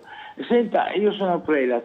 Niente, io volevo ritornare su questo tema anche della sicurezza, ma specie sugli stranieri, che il problema è a monte. È successo anche a Modena, poi quello dell'automunito disturbato, ma a Trieste, alcuni giorni fa, faccio un esempio, era un straniero che, diciamo, perché è stato richiamato dalle forze dell'ordine perché urinava sul marciapiede, estratto che nessun cacciavite, è stato arrestato. Ma allora voglio dire, per me, come la vedo io, il problema è a monte, nel senso, chi fa venire? Questi sono poveri disgraziati. Chi fa venire queste persone qua? Il governo, chi li fa venire, dovrebbero essere indagati. Perché cosa c'è sotto tutto far venire queste persone e lasciarli senza abbandonati per la strada, all'addiaccio? Non lo so, mi dica lei, io la penso così, perché adesso dimmi un po' voi cosa ne pensate. Va bene. Grazie a lei. Grazie. Mandler, con violenze e situazioni di un certo tipo correlate anche a chi delinque. Secondo chi certamente ci sono situazioni diverse, per esempio quello che parlavamo appunto della rissa in centro, no? Che è la vicino a Piazza Venezia, sono dei giovani, molti minori. Ci sono triestini, stranieri di seconda generazione, insomma non c'è una tipologia di razza, insomma, di nazionalità. Ecco. Poi abbiamo visto l'episodio dell'accoltellamento che è accaduto in Piazza Libertà. E in Piazza Libertà, che è chiamata anche la Piazza del Mondo, avviene ancora, tuttora, c'è una situazione di degrado vergognosa, secondo me. Vergognosa perché? Perché ci sono ancora 100, 150, addirittura 200 richiedenti asilo che sono costretti a vivere per strada fino a che non ricevono appunto l'accoglimento, i documenti dalla questura, eccetera. E questa è una situazione grave, per cui certe volte devono aspettare anche mesi. Abbiamo visto che prima c'erano appunto le baraccopoli al Silos, poi si sono spostati, eccetera. Adesso continuano ad esserci in Portovecchio, no? Quando, non so se voi passate, io passo spesso per Portovecchio e ci sono vari poveracci che, aspettando di essere ricevuti in questura, continuano a dormire all'interno dei magazzini, quei pochi che sono ancora aperti, diciamo, no? Che sono i peggiori in realtà, quelli che piove dentro, perché tanti magazzini sono stati chiusi ermeticamente. Quindi si continua a lasciare dei poveracci richiedenti asilo per strada. Ed è chiaro che questo crea marginalità, crea oltre a problemi igienici, perché devono dormire nel fango tra i topi, possono appunto sviluppare delle malattie, dopo devono andare nel nostro pronto soccorso comunque a curarsi, quindi in realtà è un problema di salute pubblica che ha delle conseguenze anche su di noi stessi. E questa è una scelta precisa del sindaco e delle nostre istituzioni, insomma, no? Perché c'era la possibilità anche di essere ospitati nello stabile di Via Gioia, no? C'era stata questa possibilità ventilata che addirittura il sindaco di Piazza aveva apprezzato ad un certo punto, sembrava favorevole. Invece poi con la pressione di Fratelli d'Italia anche questa possibilità è stata persa e quindi si continua ad avere questa situazione di marginalità. Ed è chiaro che questa situazione di marginalità favorisca delle situazioni di tensione che possono sfociare in episodi violenti, come è successo di avere degli accoltellamenti fra questi connazionali alle volte o di nazionalità diversa. Sono stati 2 episodi per ora, no? E questo non vuol dire che tutti i richiedenti asilo sono dei criminali, tutti spacciano droga, assolutamente no. E questo, insomma, vorrei riallacciarmi anche con l'episodio della scuola di Marinska, che è stato veramente una cosa, un polverone, una bufera che è stata sollevata dai nostri politici a livello parlamentare, a livello nazionale, quindi hanno sollevato un fatto che di per sé era semplicemente un percorso di educazione civica che la scuola ha voluto fare. E invece il livello di polemica politica che si è voluto costruire è stato veramente assurdo, insomma, perché in realtà si è parlato di indottrinamento, di lavaggio del cervello, il sindaco ha dichiarato che voleva porre denuncia a questi insegnanti, alla scuola. E, insomma, si è creata una bufera mediatica, anche il video della Cisint, che in realtà ha utilizzato dei ragazzi, dei giovani che erano lì per fare una campagna mediatica assolutamente strumentale, insomma.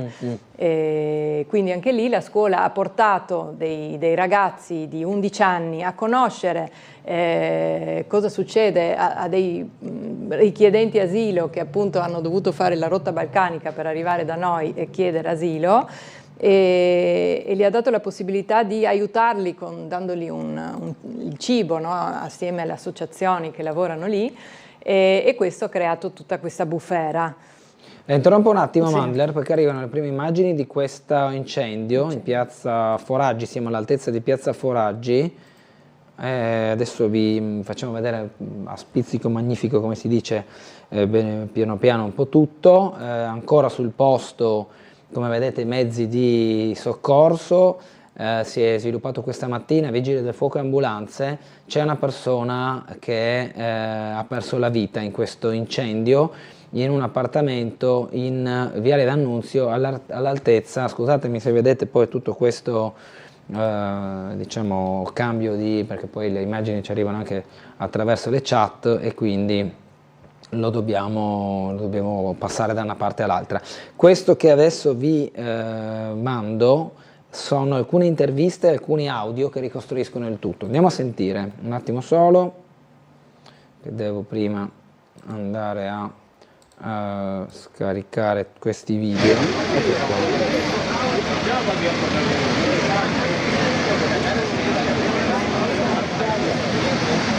Buongiorno, salve Tele4, buongiorno. Ciao caro. Buongiorno. Lei era No, sono di passaggio. Allora, gli ori della casa, guarda. Buongiorno signore, Tele4, buongiorno, eravate in casa, cosa è successo? Non so, deve chiedere a loro, guarda. Perché una persona sappiamo che purtroppo è morta carbonizzata nel proprio appartamento. Voi abitate su? No, io no. Lei è uscito di casa al volo, vedo in vestaglia, e la sua casa è a posto?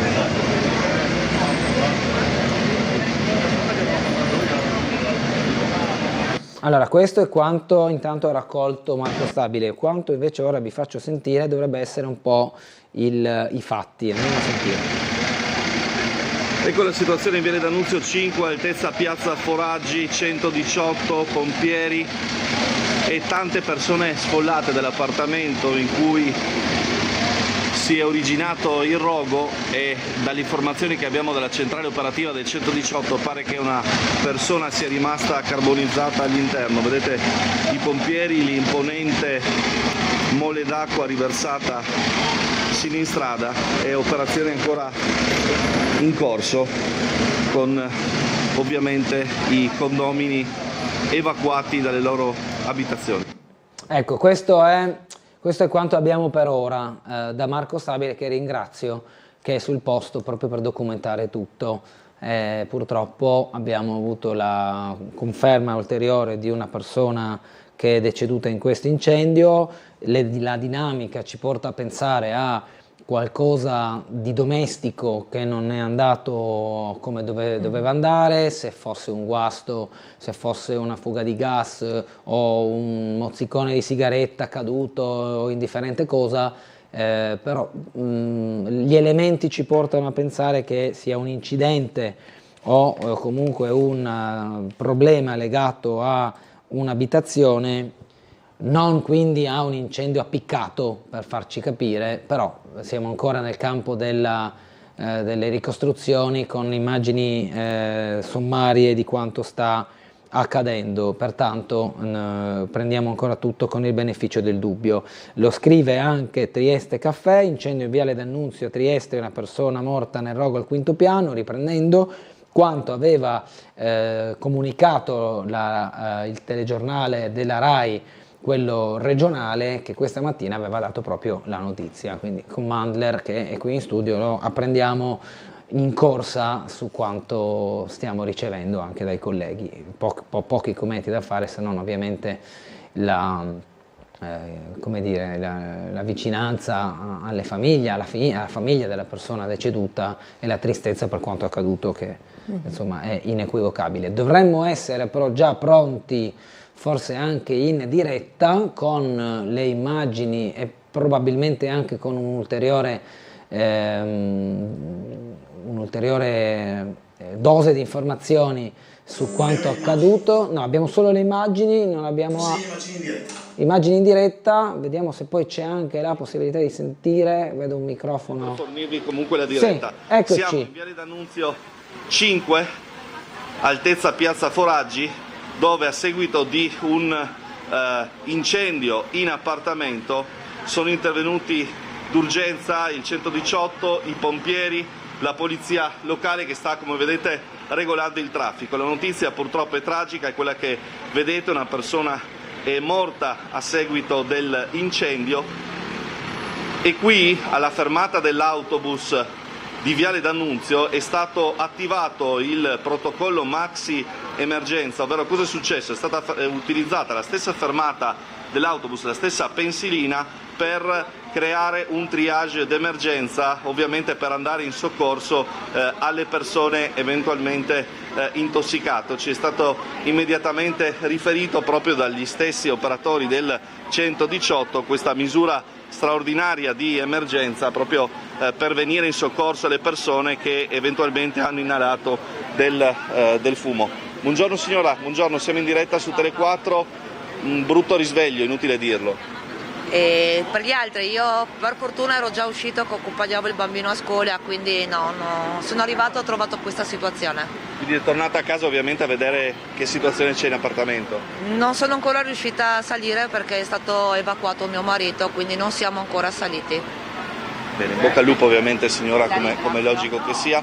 Come vedete stanno agendo i pompieri del comando provinciale, qui siamo proprio all'ingresso del civico numero 5, dove purtroppo è successo il fatto. Polizia, vigili del fuoco all'opera davanti all'ingresso, sono state riversati ovviamente a terra e tolti di litri d'acqua per avere ragione delle fiamme, mentre come detto qui sotto la pensilina dell'autobus di Viale D'Annunzio è stato dato vita a questa sorta di triage d'emergenza. È scattata la procedura speciale, come detto dagli stessi uomini del 118, per venire in soccorso alle persone che sono state intossicate dal fumo. Come vedete 2 ambulanze, un'automedica, vigili urbani a regolare il corso del traffico in Piazza Foraggi, perché sono tanti i mezzi di soccorso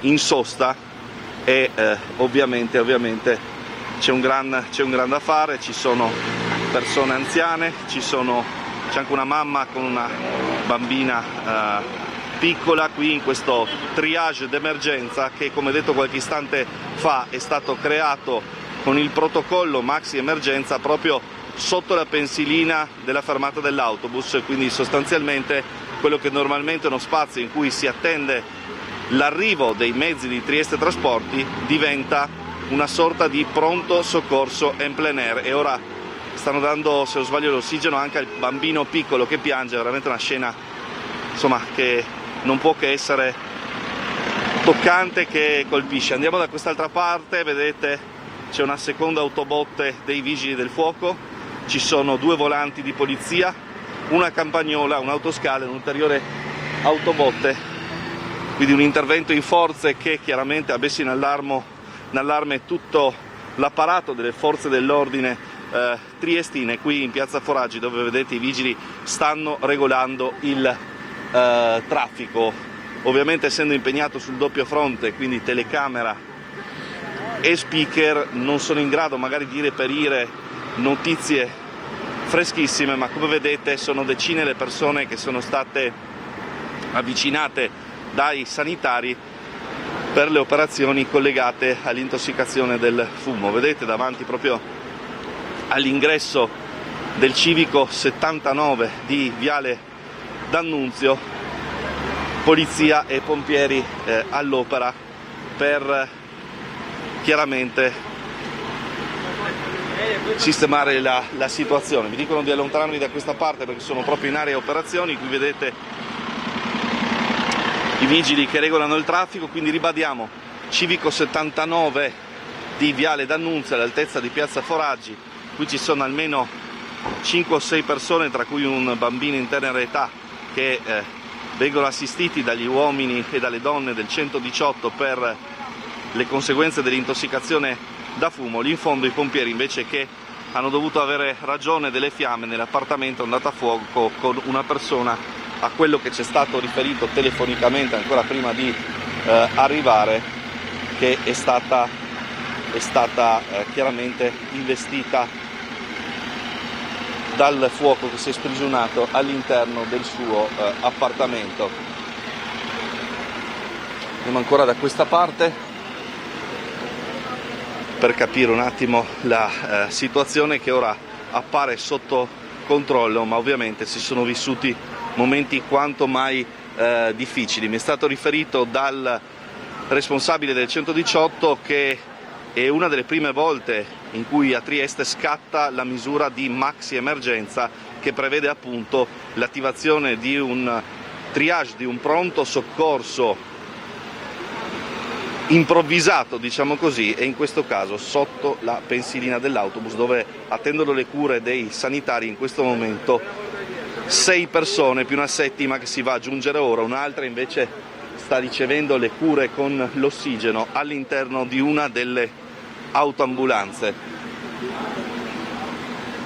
Vedete procedure sanitarie, il signore in vestaglia che abbiamo sentito proprio appena arrivati sul posto, e ovviamente una situazione di grande apprensione per chi ha appartamenti e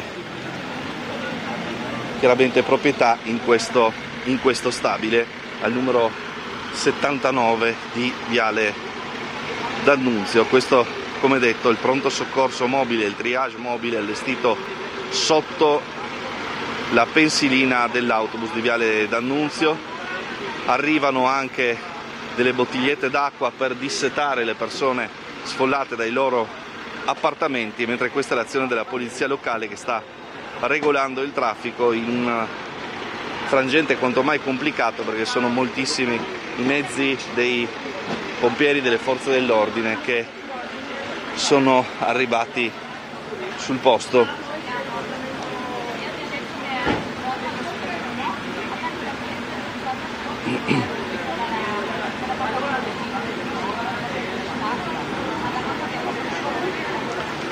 Allora, adesso cercheremo anche da questa parte di sentire le persone che, come dire, sono state soccorse. C'è una mamma in pigiama con il bambino che vengono prontamente assistite dagli uomini, dai sanitari dell'ospedale.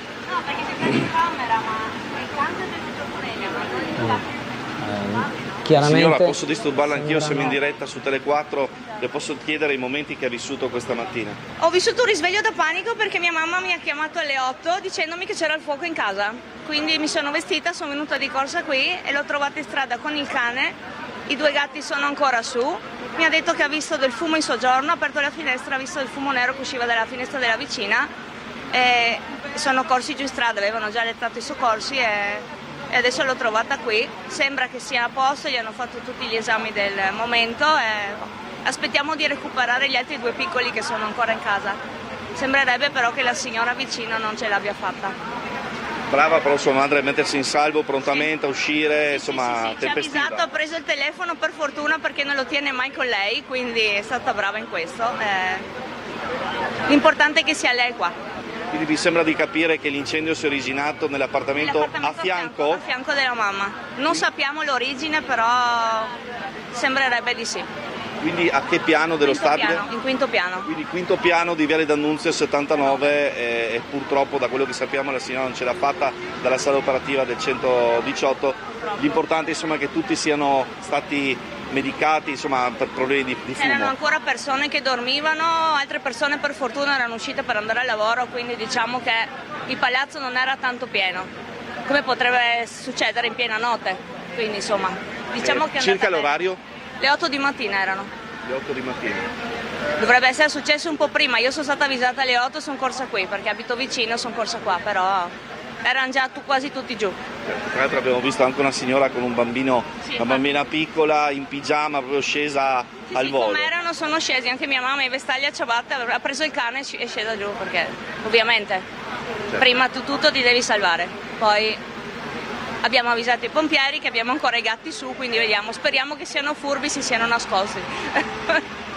Grazie, davvero grazie signora, in bocca al lupo naturalmente per tutto. Come avete sentito testimonianze in diretta, possiamo quindi riferirvi che si tratta del quinto piano dello stabile, lì dove si sono originate le fiamme nell'appartamento e di conseguenza poi si sono propagate anche all'appartamento vicino, proprio quello della madre della signora che abbiamo appena intervistato. Qui come vedete le persone intossicate in questo triage mobile, come è stato detto poc'anzi, improvvisato in maniera tecnica però con la procedura di maxi emergenza del 118.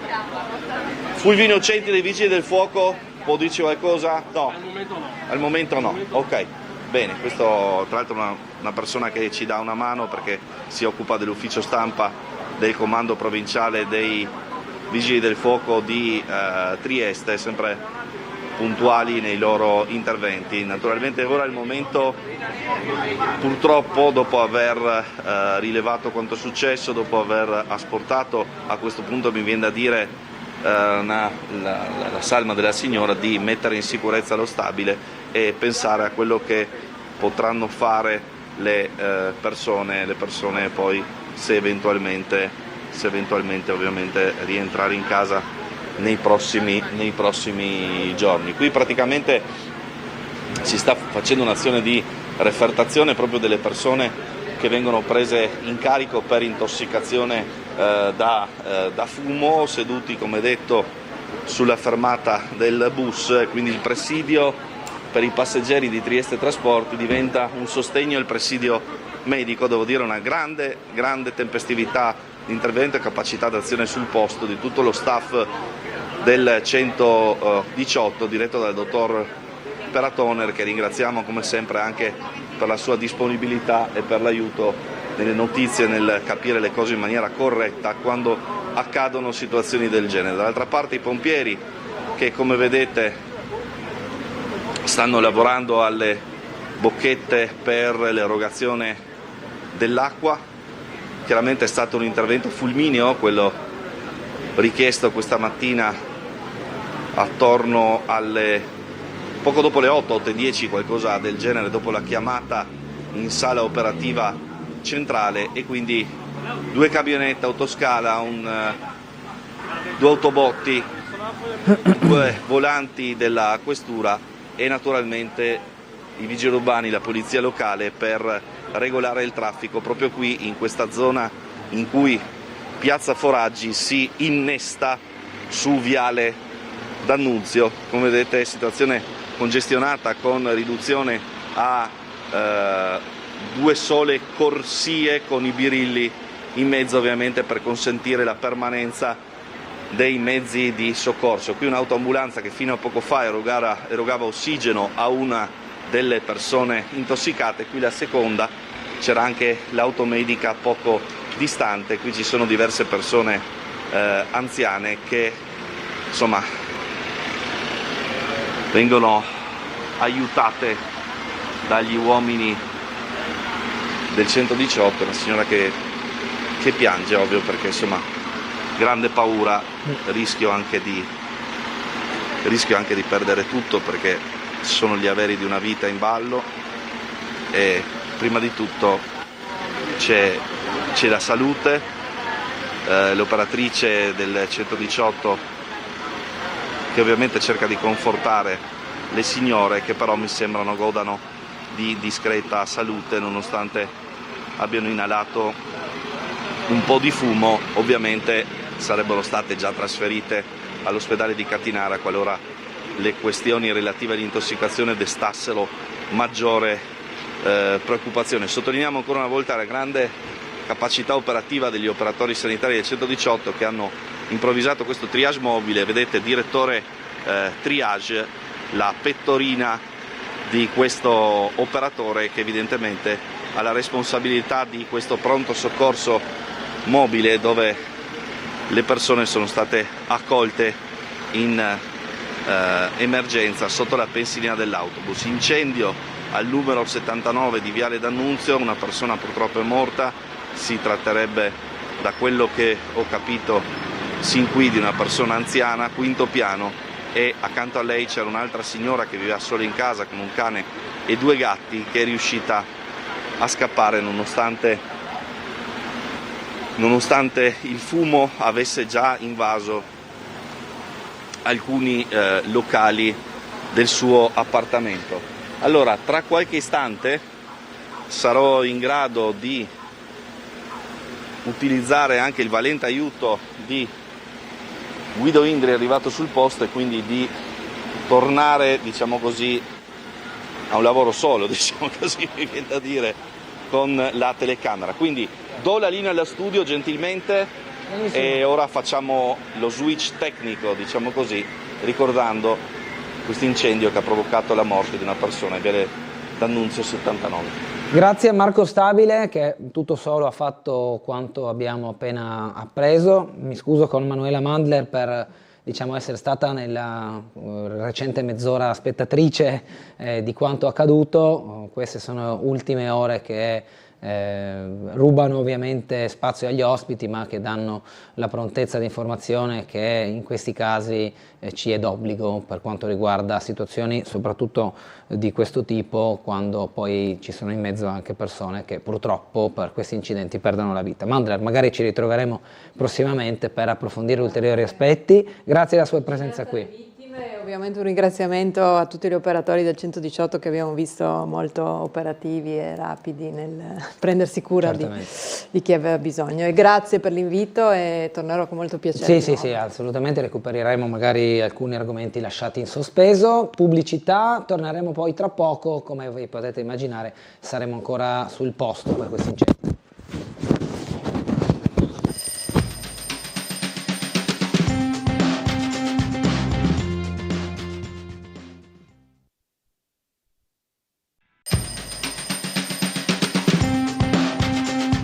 Ritorniamo in diretta con Sveglia Trieste. Do il benvenuto e il buongiorno all'assessore regionale alla sicurezza e alle autonomie locali Pierpaolo Roberti. Buongiorno a tutti i telespettatori.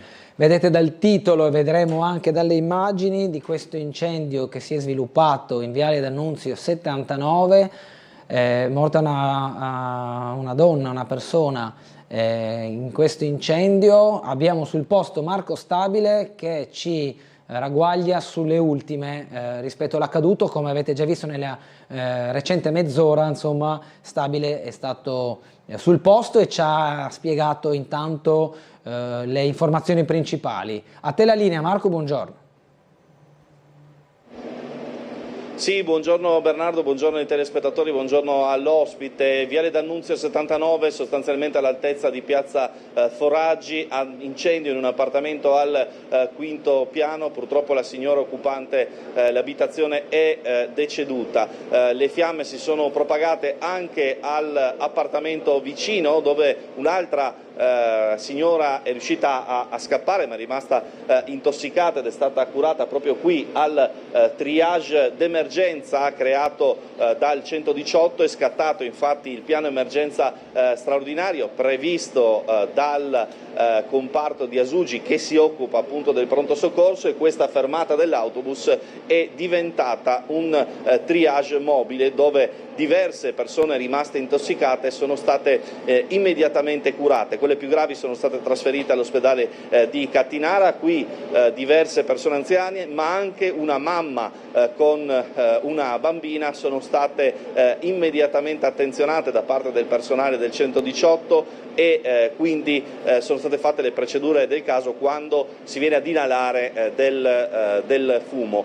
Il fatto è successo attorno alle 8 del mattino, le persone sono scese in strada di corsa così come erano, con il pigiama e le ciabatte addosso, e si sono riversate in strada. Imponente l'intervento dei vigili del fuoco con autoscala, 2 autobotti, campagnola, 2 auto della polizia locale sul posto invece per regolare il traffico in piazza Foraggi, dove le carreggiate di nord e sud, diciamo così, sono state ristrette, ma il traffico veicolare è rimasto consentito in ambo le direzioni. Ora ovviamente si tratta di lavorare per la messa in sicurezza dell'edificio dopo purtroppo i tragici fatti della notte costati la vita. Ancora non si sa se si sia trattato di un problema, di un cortocircuito o quant'altro che abbia originato le fiamme all'interno di questo appartamento.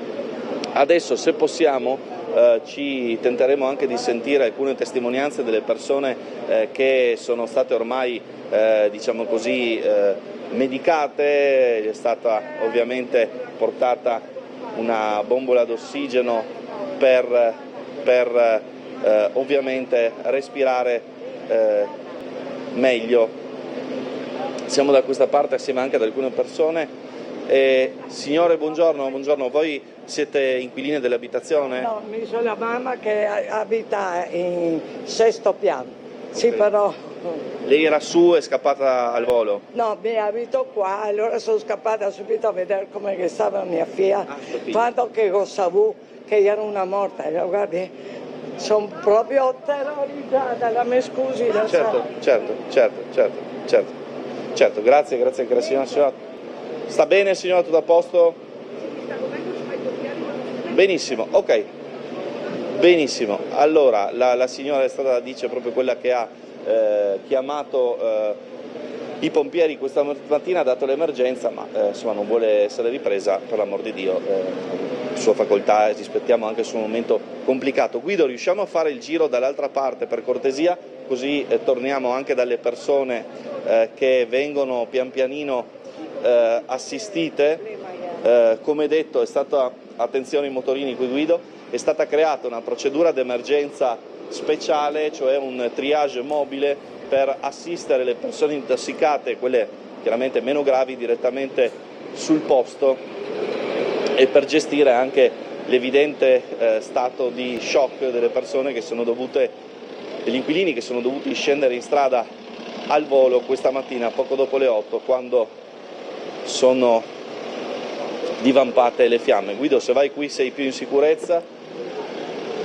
Occhio alla manovra del camion dei pompieri, ci spostiamo un pochettino in modo da consentire la possibilità per loro di andarsene mentre vengono tolti i nastri, e ancora 4 persone vengono tenute sotto osservazione dai sanitari per le potenziali conseguenze dell'inalazione del fumo. Guido, vieni di qua. Ecco, come vedete, insomma, come l'esperienza dei sanitari possa trasformare quella che è una normalissima fermata dell'autobus in un pronto soccorso d'emergenza veramente straordinaria all'opera del 118. Purtroppo non c'è stato nulla da fare per la signora che occupava l'abitazione al 5º piano. Ora vedremo se riusciremo a sentire anche le testimonianze delle persone che purtroppo hanno vissuto questi momenti quanto mai difficili. Guido, proviamo ad andare di qua. Ed ecco, come vedete ci sono ancora 5 persone chiaramente fortemente scosse dall'accaduto.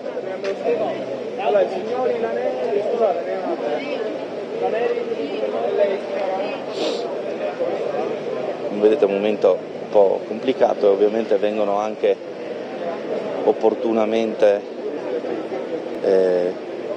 fatti anche i rilievi del caso, viene accertata anche l'identità delle persone, perché chiaramente la polizia ha un numero di occupanti delle abitazioni e quindi deve sincerarsi che questo corrisponda a quelle che sono uscite, che sono in strada e che quindi sono in sicurezza. Come si diceva prima, la testimonianza della figlia della donna che abitava nell'appartamento a fianco di quello andato a fuoco, la signora è riuscita con grande prontezza a prendere il cane e andarsene. Nell'appartamento, come ci ha riferito, rimangono ancora i due gatti che spera di poter recuperare in seguito.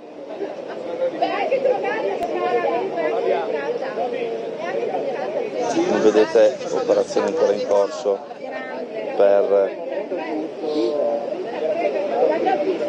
Noi ci riproveremo adesso a sentire altre persone quando saranno finiti gli accertamenti di polizia. Ovviamente è una situazione un po' particolare, perché insomma si rischia di aver perso più di qualcosa e quindi ecco, sì, questo è proprio perfetto modo di lavorare. Vabbè, ok, diciamo che signora, buongiorno, è stato un momento difficile.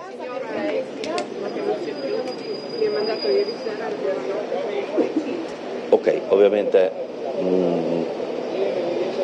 rispettosamente facciamo un passo indietro se la signora non vuole parlare, ovviamente insomma è un momento complicato. Sul fronte opposto vedo altre persone che naturalmente stanno iniziando a chiedere quando potranno rientrare nelle proprie abitazioni, quando potranno vedere se è tutto a posto. Ora naturalmente la priorità è anche da un punto di vista statico nel vedere se i solai degli appartamenti tengono e quindi se si può rientrare in casa in sicurezza senza problemi. Questa è la priorità in questo momento. Allora Marco, io non so se possiamo approfittare di questo momento. Hanno vissuto questo momento difficile al numero 79 di Viale D'Annunzio. Allora, noi facciamo così, in questo momento, come avete visto, come ha visto anche l'assessore Roberti che è il nostro ospite, la situazione è in divenire, nel senso che le fiamme sono state domate, la persona purtroppo è stato accertato non ce l'ha fatta, quella che era all'interno dell'appartamento che ha generato dove sono state generate le fiamme. Ora vediamo però Marco Stabile che riesce ad andare da una persona, torniamo da lui. Stabile 34, come va?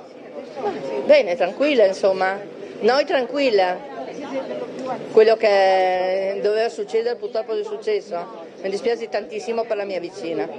Ah, lei, la signora, la madre della signora che abbiamo intervistato, è una signora di che età circa? Oddio, solo ecco, infatti, cioè come taglia di Molà, solo che lei era abbastanza acciaccata con la salute ultimamente, purtroppo. Lei è uscita al volo col suo cane? Col cagnetto e i due gatti sono rimasti a casa però, purtroppo, perché non potevo, tre non era possibile come facevo scendere per le scale. Certo. Adesso vediamo, speriamo che sia ancora, tutte e due. Grazie signora. Signora, lei come sta? Tutto a posto? È tutto a posto, tutto superato, grazie. Tornate adesso a rientrare pian pianino in casa? Certo, nella normalità. Speriamo bene. Grazie signora, grazie, in bocca al lupo naturalmente. Signora, chiedo anche a lei, sono natinata purtroppo che non dimenticherà. Ho già chiesto ai suoi colleghi, ho già detto tutto, mi creda. Siamo Tele 4. Lo so. Siamo qua, come vede, come vermi, nudi ancora un poco. E la signora del quinto piano purtroppo non c'è più. E questo è quanto.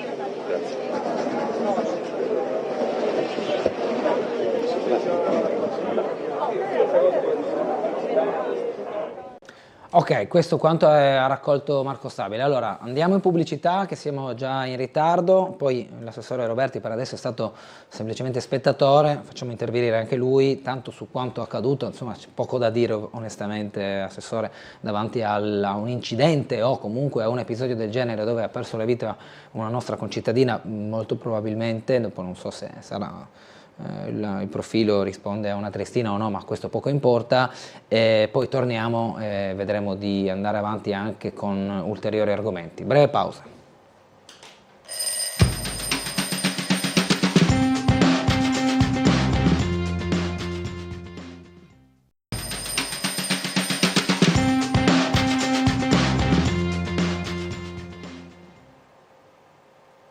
Eccoci, torniamo in diretta con Sveglia Trieste, come anticipato siamo in compagnia dell'assessore regionale alle autonomie locali e alle politiche dell'immigrazione Pierpaolo Roberti. Prime parole da quanto abbiamo appreso? Direi che c'è poco da dire, se non ovviamente il fatto che piangiamo la scomparsa di una persona, e da quello che si apprende e l'unica cosa che si può rilevare è la grandissima organizzazione che c'è stata nell'intervento in questa situazione critica. La chiamata d'emergenza pare sia arrivata intorno alle 8 di questa mattina e io sono arrivato qua allo studio pronto per il collegamento alle 8:40 ed era sostanzialmente tutto il dispositivo già dispiegato con una sorta di ospedale da campo quasi allestito, con tutte le forze dell'ordine presenti, con i vigili del fuoco in gran numero presenti, con tutte le persone evacuate già soccorse, quindi insomma va rilevata la grandissima professionalità dei professionisti della sicurezza che abbiamo presenti sul nostro territorio, ma anche l'organizzazione che c'è dietro, perché non basta semplicemente, ecco, e anche immagini come queste sono significative, perché certo, anche semplicemente un operatore che non sta evidentemente soccorrendo una persona, ma la sta semplicemente tranquillizzando e consolando, rappresenta tutta l'umanità e la professionalità del nostro personale addetto alle emergenze in generale, senza tanto dubbio. La polizia, quanto che vedo adesso, tanto il 118, quanto i vigili del fuoco e la polizia locale, perché alle 8 di mattina bloccare sostanzialmente metà Viale D'Annunzio con il traffico nell'ora di punta, con in una giornata di sciopero, insomma tutta una serie di criticità, evidentemente c'è tutta una squadra che lavora bene e in sintonia. Bene, allora poi terremo le immagini quando necessario e appena Marco Stabile vuole intervenire ovviamente le daremo subito la parola. Assessore, ci sono diversi altri argomenti che assieme a lei avevamo intenzione di trattare, uno su tutti la sicurezza, visti gli episodi recenti che purtroppo si susseguono, perché la zona di Piazza Venezia, via Lazzaretto Vecchio, via Torino, tutto quel triangolo della movida del centro città, fronte rive e fronte mare, stanno diventando una triste e noiosa consuetudine, perché un caso isolato lo puoi circoscrivere a un episodio, ma tanti casi simili lo riconducono più a una prassi che sta danneggiando molto soprattutto le persone per bene che vivono o che transitano in zone e si trovano davanti a Far West. Purtroppo sì, ormai è una prassi e questo va bloccato immediatamente. Noi lo stiamo denunciando, lo stiamo vivendo ormai da troppo tempo. C'è un fenomeno di disagio giovanile che diventa poi il danneggiamento, la rissa, il porto del coltello, l'abuso di sostanze stupefacenti, alcoliche, che ha avuto un'impennata a livello nazionale e purtroppo è un fenomeno che non è sconosciuto nemmeno a Trieste. In particolare ha avuto questa impennata dopo la pandemia, va rilevato, e è uno dei temi al centro dell'agenda sicurezza in questo momento. Non più tardi della scorsa settimana sapete che c'è stato un tavolo ordine pubblico e sicurezza convocato dal prefetto, su cui uno dei focus era proprio questo, del disagio giovanile, della violenza giovanile ed in particolare della zona oggetto anche della rissa di questo ultimo fine settimana. Ci sono diverse misure che stiamo prospettando. Da parte nostra come amministrazione regionale abbiamo dato immediatamente la disponibilità per mettere su un dispositivo di sicurezza con la vigilanza privata assieme alla FIPE, alla Federazione Italiana Pubblici Esercizi di Trieste, da mettere su esattamente come abbiamo fatto anche per manifestazioni che ci sono state e che hanno portato dei risultati concreti. Penso a Barcolana, dove un imponente dispositivo proprio in quelle zone è stato messo in piedi, e ricordiamoci che quest'anno la zona di Cavane delle Rive era tutta villaggio Barcolana, che non rimaneva concentrato soltanto sulle rive, sulla Piazza Unità e sul bordo, sul molo, sostanzialmente sui moli, sulle banchine, ma era traslato anche all'interno verso Civitavecchia e ha funzionato benissimo. Stesso dispositivo era stato messo in piedi anche per Capodanno e anche per Carnevale, portando risultati ottimi perché episodi di questo tipo non si erano verificati. La disponibilità che dà la Regione Friuli Venezia Giulia è far diventare, dopo questi test che ci sono stati, che hanno portato risultati concreti, di stabilizzare e rendere sostanzialmente stabile questo tipo di attività di prevenzione. Una prevenzione che secondo me è fondamentale, ma è uno dei tasselli, fondamentale perché mentre le forze dell'ordine io vedo Marco Stabile, poi riprendo volentieri. Sì, avevo anche una domanda su questo, ma adesso ci torniamo. Andiamo da Marco Stabile.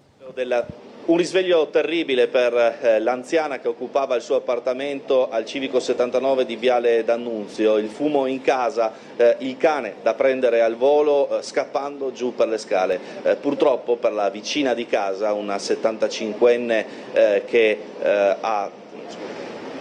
Va bene, torniamo così. Lo lasciamo con calma poter dirci le cose fatte bene. No, dicevo, è fondamentale perché non possiamo pretendere che in quelle zone ci sia una vigilanza fissa, anche perché è una zona molto ampia della città che va dal canale di Ponte Rosso fino a sostanzialmente via Lazzaretto Vecchio. Quindi non possiamo pensare che ci sia un presidio fisso da parte delle forze dell'ordine, quindi le forze dell'ordine agiscono quando c'è la chiamata d'emergenza, ma vuol dire che la rissa è già iniziata, vuol dire che il problema già c'è. Mentre con la vigilanza privata noi possiamo pensare anche a un presidio fisso che sia in grado da una parte di gestire situazioni critiche, quindi far capire a questi ragazzini che forse è meglio che la smettano, dall'altra nel momento in cui la situazione dovesse degenerare comunque di avvisare per tempo le forze dell'ordine prima che nascano i problemi. Detto questo, è un tassello, perché noi dobbiamo agire su altri due fronti. Se c'è un abuso di sostanze stupefacenti, ma soprattutto di sostanze alcoliche, è vero che tanti di questi ragazzini si portano anche gli alcolici da casa presi al supermercato. È altrettanto vero che ove ci fossero dei pubblici esercizi, e purtroppo le voci sul fatto che ci siano sono abbastanza insistenti, ove ci fossero dei pubblici esercizi che danno alcolici ai minori, quegli pubblici esercizi vanno sanzionati pesantemente, e la richiesta che facciamo alla Questura e alla Prefettura di agire con la massima severità per fare in modo che quegli esercizi spariscano dalla circolazione, perché non è pensabile che per vendere un bicchiere in più si mettano degli alcolici in mano a dei ragazzini che poi mettono in crisi un intero quartiere perché da ubriachi combinano quei disastri. Terzo aspetto, ovviamente, è quello della prevenzione. Noi dobbiamo cercare di capire come incidere di più sull'educazione di questi ragazzi, perché evidentemente se non hanno niente di meglio da fare che mettersi d'accordo e darsi gli appuntamenti per picchiarsi, hanno qualcosa che non va e c'è qualcosa nella loro educazione che non ha funzionato, e quindi va messa a mano. È chiaro che le istituzioni non possono sostituirsi alle famiglie, la scuola può fare e fa, ma non è compito esclusivo della scuola educare e spiegare ai ragazzi che non ci si droga, non ci si sfonda di alcol e non si va in mezzo a una strada a picchiarsi magari con un coltello in tasca o a bottigliate, però deve esserci anche un compito di tutta una serie di altri soggetti, dalla scuola a quello delle associazioni sportive, che devono raccogliere sempre di più questi ragazzi e farli sfogare magari in altro modo, in un'attività più sana. E su questo c'è il nostro ovviamente massimo impegno come istituzioni tutte. Devo dire la verità che in quel tavolo dove erano rappresentate tutte le istituzioni territoriali c'è una volontà da parte di tutti di affrontare il problema con decisione e con tutti gli strumenti possibili. Gli faccio una domanda veloce prima di tornare da Marco Stabile. Quando lei dice dispositivo che la Regione ha intenzione di attivare, vuol dire che lo finanzia? Vuol dire che noi abbiamo una norma in piedi che permette il finanziamento per tramite della FIPE di questa vigilanza privata, che possono essere steward, che possono essere guardie giurate. È un finanziamento che diamo alla FIPE e la FIPE lo gestisce in coordinamento con la questura e la prefettura. Quindi la nostra disponibilità su questo c'è, anche per incrementare le risorse per fare in modo che questi problemi non si verifichino più. Andiamo da Marco Stabile, che si trova sul luogo dell'incendio di questa mattina, per vedere, anzi per capire se ci sono ulteriori aggiornamenti sull'accaduto. Marco, a te. Ti sento. A te. Bernardo, sì, allora sì, emergono nuovi dettagli di questa mattinata, quello più diciamo così denso di, per fortuna, un esito positivo ma come dire drammatico in un primo momento, è stato quello di una mamma con una bambina di poco più di un anno che si è accucciata a terra per proteggerla durante l'incendio, attendendo così l'arrivo dei soccorritori del 118, praticamente ha fatto da scudo alla bambina a terra, accucciandosi con lei, attendendo quindi l'arrivo dei soccorritori. Un momento veramente drammatico, ma che fortunatamente si è concluso in maniera positiva, perché chiaramente l'inalazione da fumo per una bimba così piccola sarebbe potuto essere insomma molto grave e dannoso. Ovviamente cerchiamo di agire nel rispetto di tutti, anche se ovviamente così in modo live sul posto non è sempre facile. Comunque, come dicevamo, sfollati tutti i condomini dell'appartamento, evacuati, alcuni trasferiti, 6 se non sbaglio all'ospedale di Catinara, gli altri soccorsi qui in strada dagli operatori del 118 che hanno improvvisato questo triage mobile che via via si sta sfollando, perché le situazioni di emergenza sono state contenute all'ospedale, le altre non destano preoccupazioni. Ovviamente c'è un momento necessario, un tempo necessario di osservazione prima di lasciare andare le persone tranquillamente, perché il monossido di carbonio, lo sappiamo, è qualcosa di molto subdolo che può determinare sintomi anche a una certa distanza temporale dalla sua inalazione. Ecco, questa signora viene accompagnata al bar, si berrà un caffè che difficilmente dimenticherà, ma anche, diciamo così, per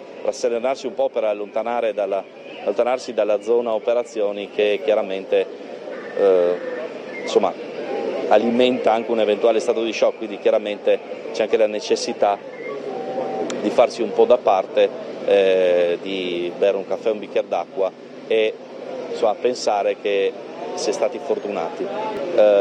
Ripetiamo l'analisi di quello che è successo questa mattina poco dopo le 8, la chiamata al comando dei pompieri per un incendio in un appartamento al quinto piano dello stabile di Viale D'Annunzio. La persona, la 75enne, la signora di 75 anni che abitava nell'appartamento teatro dell'incendio, purtroppo è morta. La signora che abita nell'appartamento vicino si è trovata di fronte a una nuvola di fumo in soggiorno, è riuscita a prendere il proprio cane e a scappare in strada. Nel frattempo Nel frattempo tutto il condominio è stato evacuato, ma c'è la vicenda appunto della giovane mamma con la sua piccola di meno di 2 anni che si è accucciata a terra nel tentativo di proteggerla dall'inalazione del fumo. Sono arrivati i soccorritori del 118 e dunque l'hanno portata in salvo assieme alla sua bambina. Mentre qui in strada, alla fermata dell'autobus di Viale D'Annunzio all'altezza di Piazza Foraggi, si andava a creare un triage mobile d'emergenza proprio sotto la pensilina, con le persone sedute come si trattasse del pronto soccorso di Catinara ad attendere le cure da parte dei sanitari, mentre 6 persone sono state immediatamente trasferite al nosocomio triestino. Questa è la situazione che viviamo a ormai quasi 2 ore dagli accadimenti. Chi all'ospedale è stato trattato, chi è ancora qua è in semplice osservazione, perché come dicevamo prima le conseguenze del monossido di carbonio possono essere quanto mai subdole, perché ci possono essere dei sintomi anche a decine di minuti di distanza. Ecco perché per un'oretta le persone, anche quelle che non destano sintomi particolari o non hanno avuto bisogno della bombola di ossigeno, sono state mantenute qui sotto controllo. Nel frattempo i vigili del fuoco stanno operando all'interno dello stabile per verificare innanzitutto la tenuta dei solai per eventualmente le operazioni successive di rientro o diciamo così di dichiarazione di agibilità o meno dell'appartamento stesso. Dubito di quelli vicini nemmeno, ma magari nel resto dello stabile si riuscirà ad entrare. Parlerà, se non sbaglio, anche un responsabile dei vigili del fuoco che hanno operato qui in questo palazzo, che sostanzialmente dà su Piazza Foraggi, e ci spiegherà quelli che sono i termini sia dell'intervento che degli eventuali rientri all'interno dell'abitazione. Appena sentito dagli uomini della Volanti che sta arrivando anche la polizia scientifica per chiaramente fare tutti gli accertamenti del caso.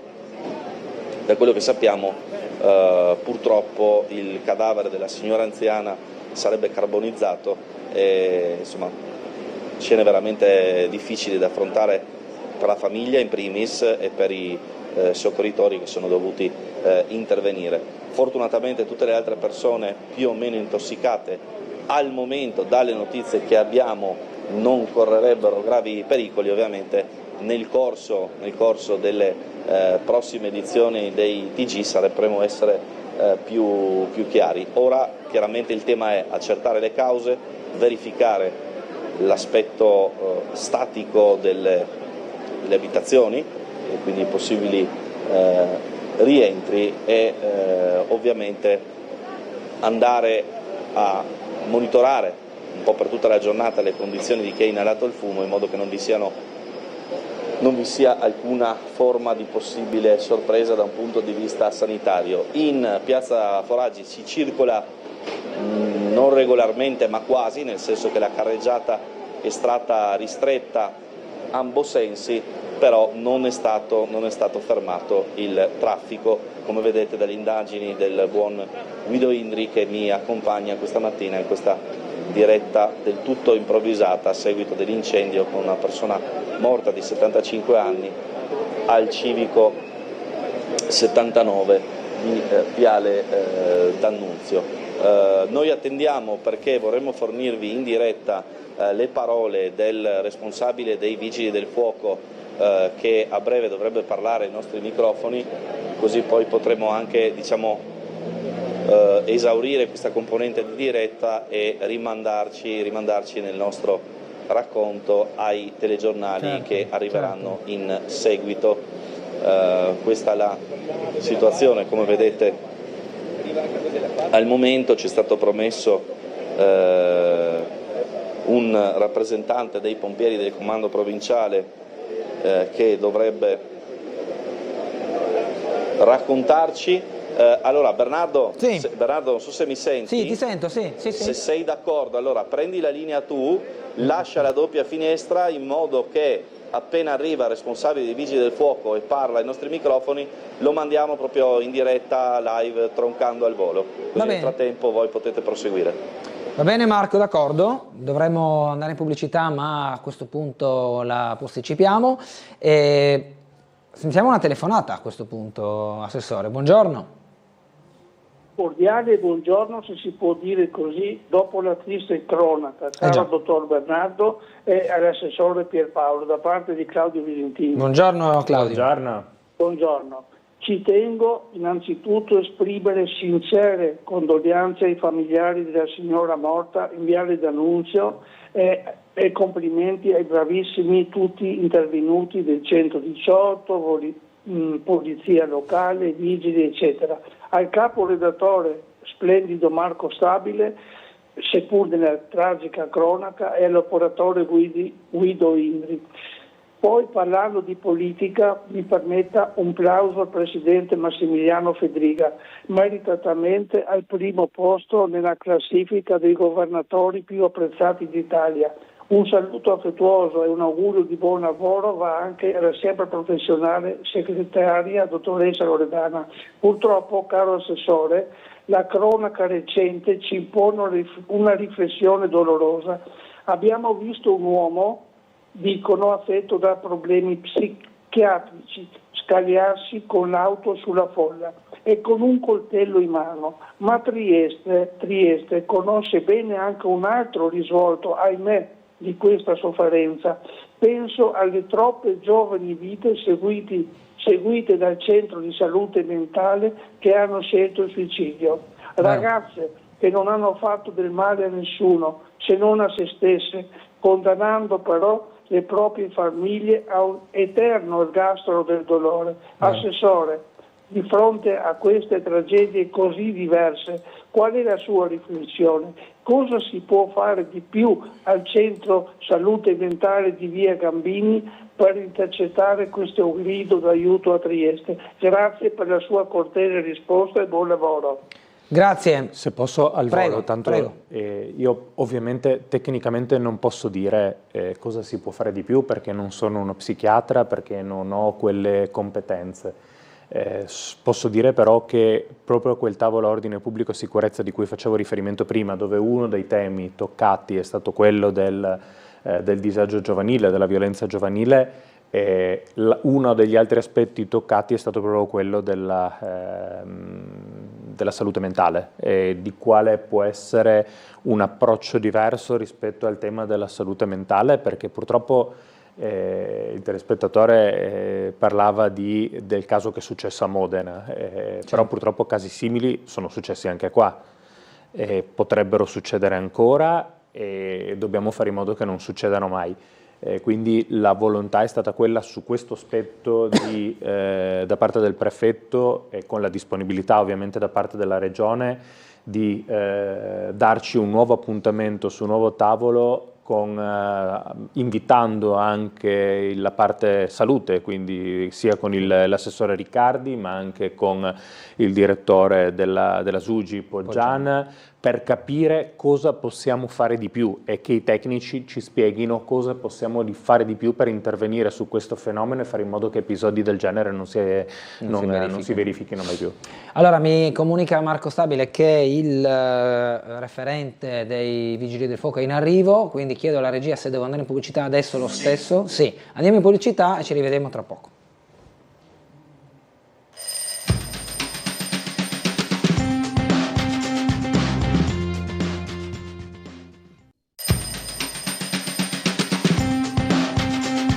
Bene, torniamo in diretta con Sveglia Trieste, a questo punto entriamo in collegamento per sentire le parole dei Vigili del Fuoco. Tutto lo stabile e insomma pian piano, facendo una verifica della salubrità degli ambienti, stiamo facendo anche rientrare le famiglie negli appartamenti. Altri ambienti danneggiati? Al momento no.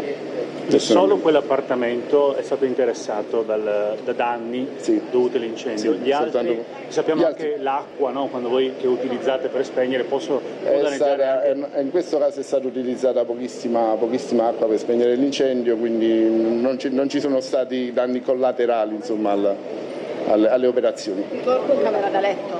Camera da letto. chiedere, è stato un incendio con fiamme elevate? Cioè, almeno a vedere adesso sembra di no, c'è stata più una combustione, come funziona tecnicamente? Ma le fiamme ci sono state, poi l'appartamento insomma si satura di fumi, l'ossigeno, l'aria viene a mancare e poi insomma il problema principale sono i fumi caldi, poi le fiamme insomma come se covasse, però insomma c'è stato l'incendio. Con molta probabilità, come avviene spesso in questi casi, la persona è deceduta a causa dell'inalazione di monossido, questa potrebbe essere proprio la causa più che le fiamme in sé. In questo caso non possiamo sapere se il decesso è dovuto dall'intossicazione dei fumi o dalle fiamme, questo non sappiamo dire. Grazie, il suo nome per favore. Ispettore Minopoli Giovanni. Ispettore? Minopoli con la M. Giovanni Minopoli, ispettore Vigili del Fuoco del Comando Provinciale di Trieste, giusto? Benissimo, grazie allora per l'intervista. Non so se siamo riusciti ad andare in diretta. Ci penso, siamo, Marco? Di sì. Sì, ci siamo, non so se mi senti. Vabbè, allora riprendiamo noi la linea in modo tale da eventualmente recuperare la prima parte dell'intervista alla Vigile del Fuoco che hanno sentito i colleghi e recuperare anche i dettagli iniziali che possono essere qualcosa di, diciamo, utile soprattutto a loro, delle forze dell'ordine e Vigili del Fuoco, per le indagini e a noi insomma per dare conto di quanto accaduto. Prima le chiedevo di questo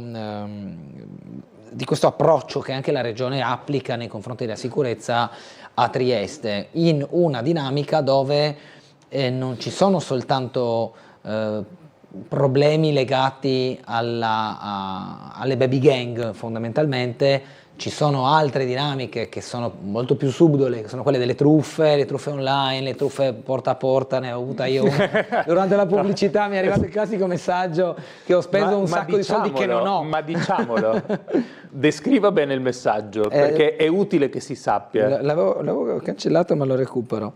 Eccolo qua, adesso lo recupero, un attimo solo. Arriva un messaggio da Nexi. Nexi, per chi non lo sapesse, è uno di quelli che gestisce il circuito delle carte di credito e dei pagamenti online. Nexi, è stato richiesto un pagamento di 950 euro verso Revolut. Se non ha effettuato lei l'operazione, contatti il servizio clienti e c'è un numero che comincia con 02, eccetera. Mi arriva questo messaggio in pubblicità, quindi 6 minuti fa, 7 minuti fa, da un numero XY 351 bla bla bla bla bla. Ma potrebbe addirittura arrivare proprio dal vero numero di Nexi. Potrebbe perché anche arrivare, potrebbero, le truffe più sofisticate riescono anche a camuffare il numero e farlo rendere uguale a quello di Nexi. Quindi cosa succede? Ti arriva questo messaggio alla sprovvista alle 9:54 del mattino mentre stai lavorando, vieni preso dal panico perché dici no, io non ho speso 950 euro in questo momento, chiamo immediatamente perché evidentemente c'è un problema. E molto probabilmente dall'altra parte ti risponde qualcuno che ti dice beh, allora sei stato hackerato, cioè qualcuno è entrato in possesso delle tue password e sta facendo dei bonifici al posto tuo senza che tu lo sappia.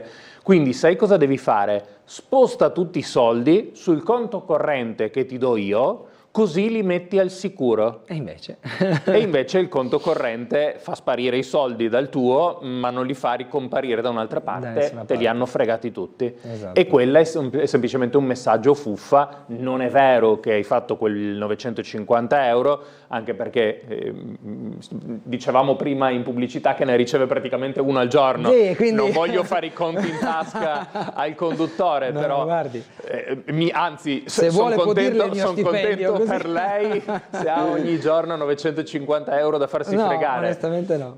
Però probabilmente non è così. Ma se avete un dubbio, non chiamate quel numero che vi danno. Se avete un dubbio, chiamate piuttosto la vostra banca, il vostro istituto bancario, non da numeri che vi vengono forniti dal cellulare, ma dai numeri che vi andate a cercare voi, perché conoscete il numero della vostra filiale. Se non lo conoscete, cercate su internet il numero della vostra filiale e parlate con un operatore che vi tranquillizzerà, se proprio non siete sicuri che effettivamente sia una truffa. Ma l'importante è pensarci, perché prima di tutto questi puntano sulla fretta. Ah beh, sicuro. Piazza Libertà, in 2 minuti, Ecco, che poi ci ricolleghiamo. I tre temi che abbiamo trattato al tavolo dell'altra settimana erano appunto giovani, il tema della salute mentale, e il terzo era ovviamente quello di Piazza Libertà, con quello che è successo e anche là con tutta l'intenzione di mettere in atto nuove misure per fermare il fenomeno. Innanzitutto trasferimenti, in secondo luogo anche un nuovo protocollo per stabilire quelli che sono le reali età delle persone coinvolti, perché là c'erano anche dei minori coinvolti e vorremmo capire se possiamo fare di più come regione, come servizio sanitario, per identificare dal punto di vista sanitario l'età delle persone coinvolte, ma anche fare in modo che non ci siano più quei gruppi di persone in Piazza Libertà, perché evidentemente quello sta diventando un ricettacolo di diverse situazioni di criticità. C'è chi parla semplicemente e ci porta i bambini per far vedere che semplicemente solidarietà, trovarsi in quella piazza. La realtà è che quando non c'è nell'unico giorno in cui non c'è stato il presidio di polizia in Piazza Libertà, si sono accoltellati, quindi evidentemente non parlerei semplicemente di solidarietà e di pasti distribuiti, ma anche di persone poco raccomandabili che si radunano in quel posto, e questo va assolutamente vietato per 2 motivi. Il primo, quello della sicurezza. È avvenuto un accoltellamento e chissà cosa c'è dietro l'accoltellamento, perché dubito che ci si accoltelli così per caso, magari ci sono altri giri, altri traffici sotto. Il secondo, perché è totalmente e assolutamente inaccettabile che una parte della nostra città venga impedita ai triestini, perché di fatto è diventata una zona interdetta ai triestini. Andiamo da Marco Stabile per il riepilogo finale di questo incendio di stamattina in Viale D'Annunzio. A te.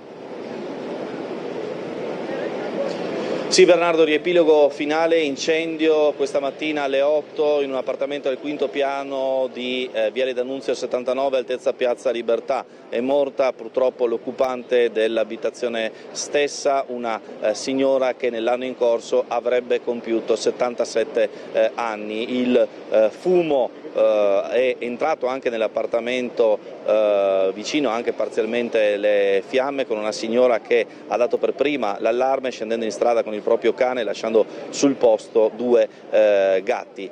Tutti evacuati i residenti all'interno dello stabile, in particolare una giovane mamma con una bimba di meno di 2 anni che ha fatto scudo con il suo corpo alla piccola sino all'intervento dei sanitari per evitarle le inalazioni di fumo. Poi qui, proprio alla fermata dell'autobus di Viale D'Annunzio, è stato approntato un triage mobile, un pronto soccorso mobile da parte del 118, intervenuto con 2 ambulanze e un'automedica, 6 persone all'ospedale, le altre sono state trattate qui proprio con l'attivazione del protocollo di emergenza straordinaria in caso di incidente rilevante. Da Viale D'Annunzio è tutto, poi nei nostri telegiornali sentiremo via via tutte le testimonianze, le parole del responsabile caposquadra dei Vigili del Fuoco, e poi naturalmente sarà la magistratura e la squadra scientifica che sta intervenendo proprio in questo momento in diretta mentre vi parliamo a fare tutti gli accertamenti sul fascicolo in materia che è stato aperto alla Procura di Trieste.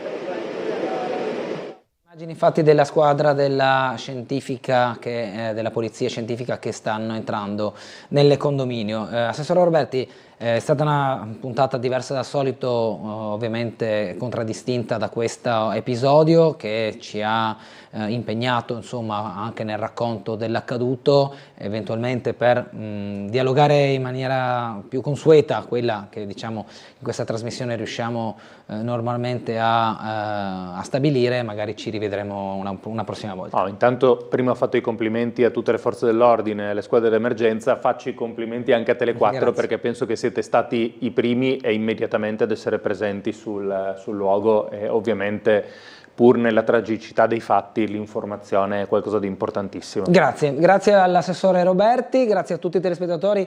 Chiedo anche scusa per l'impossibilità di andare a sentire tutte le telefonate, leggere le mail. Abbiate insomma la pazienza di capire che con queste situazioni ci sono ordini di priorità differenti. Grazie a tutti e arrivederci.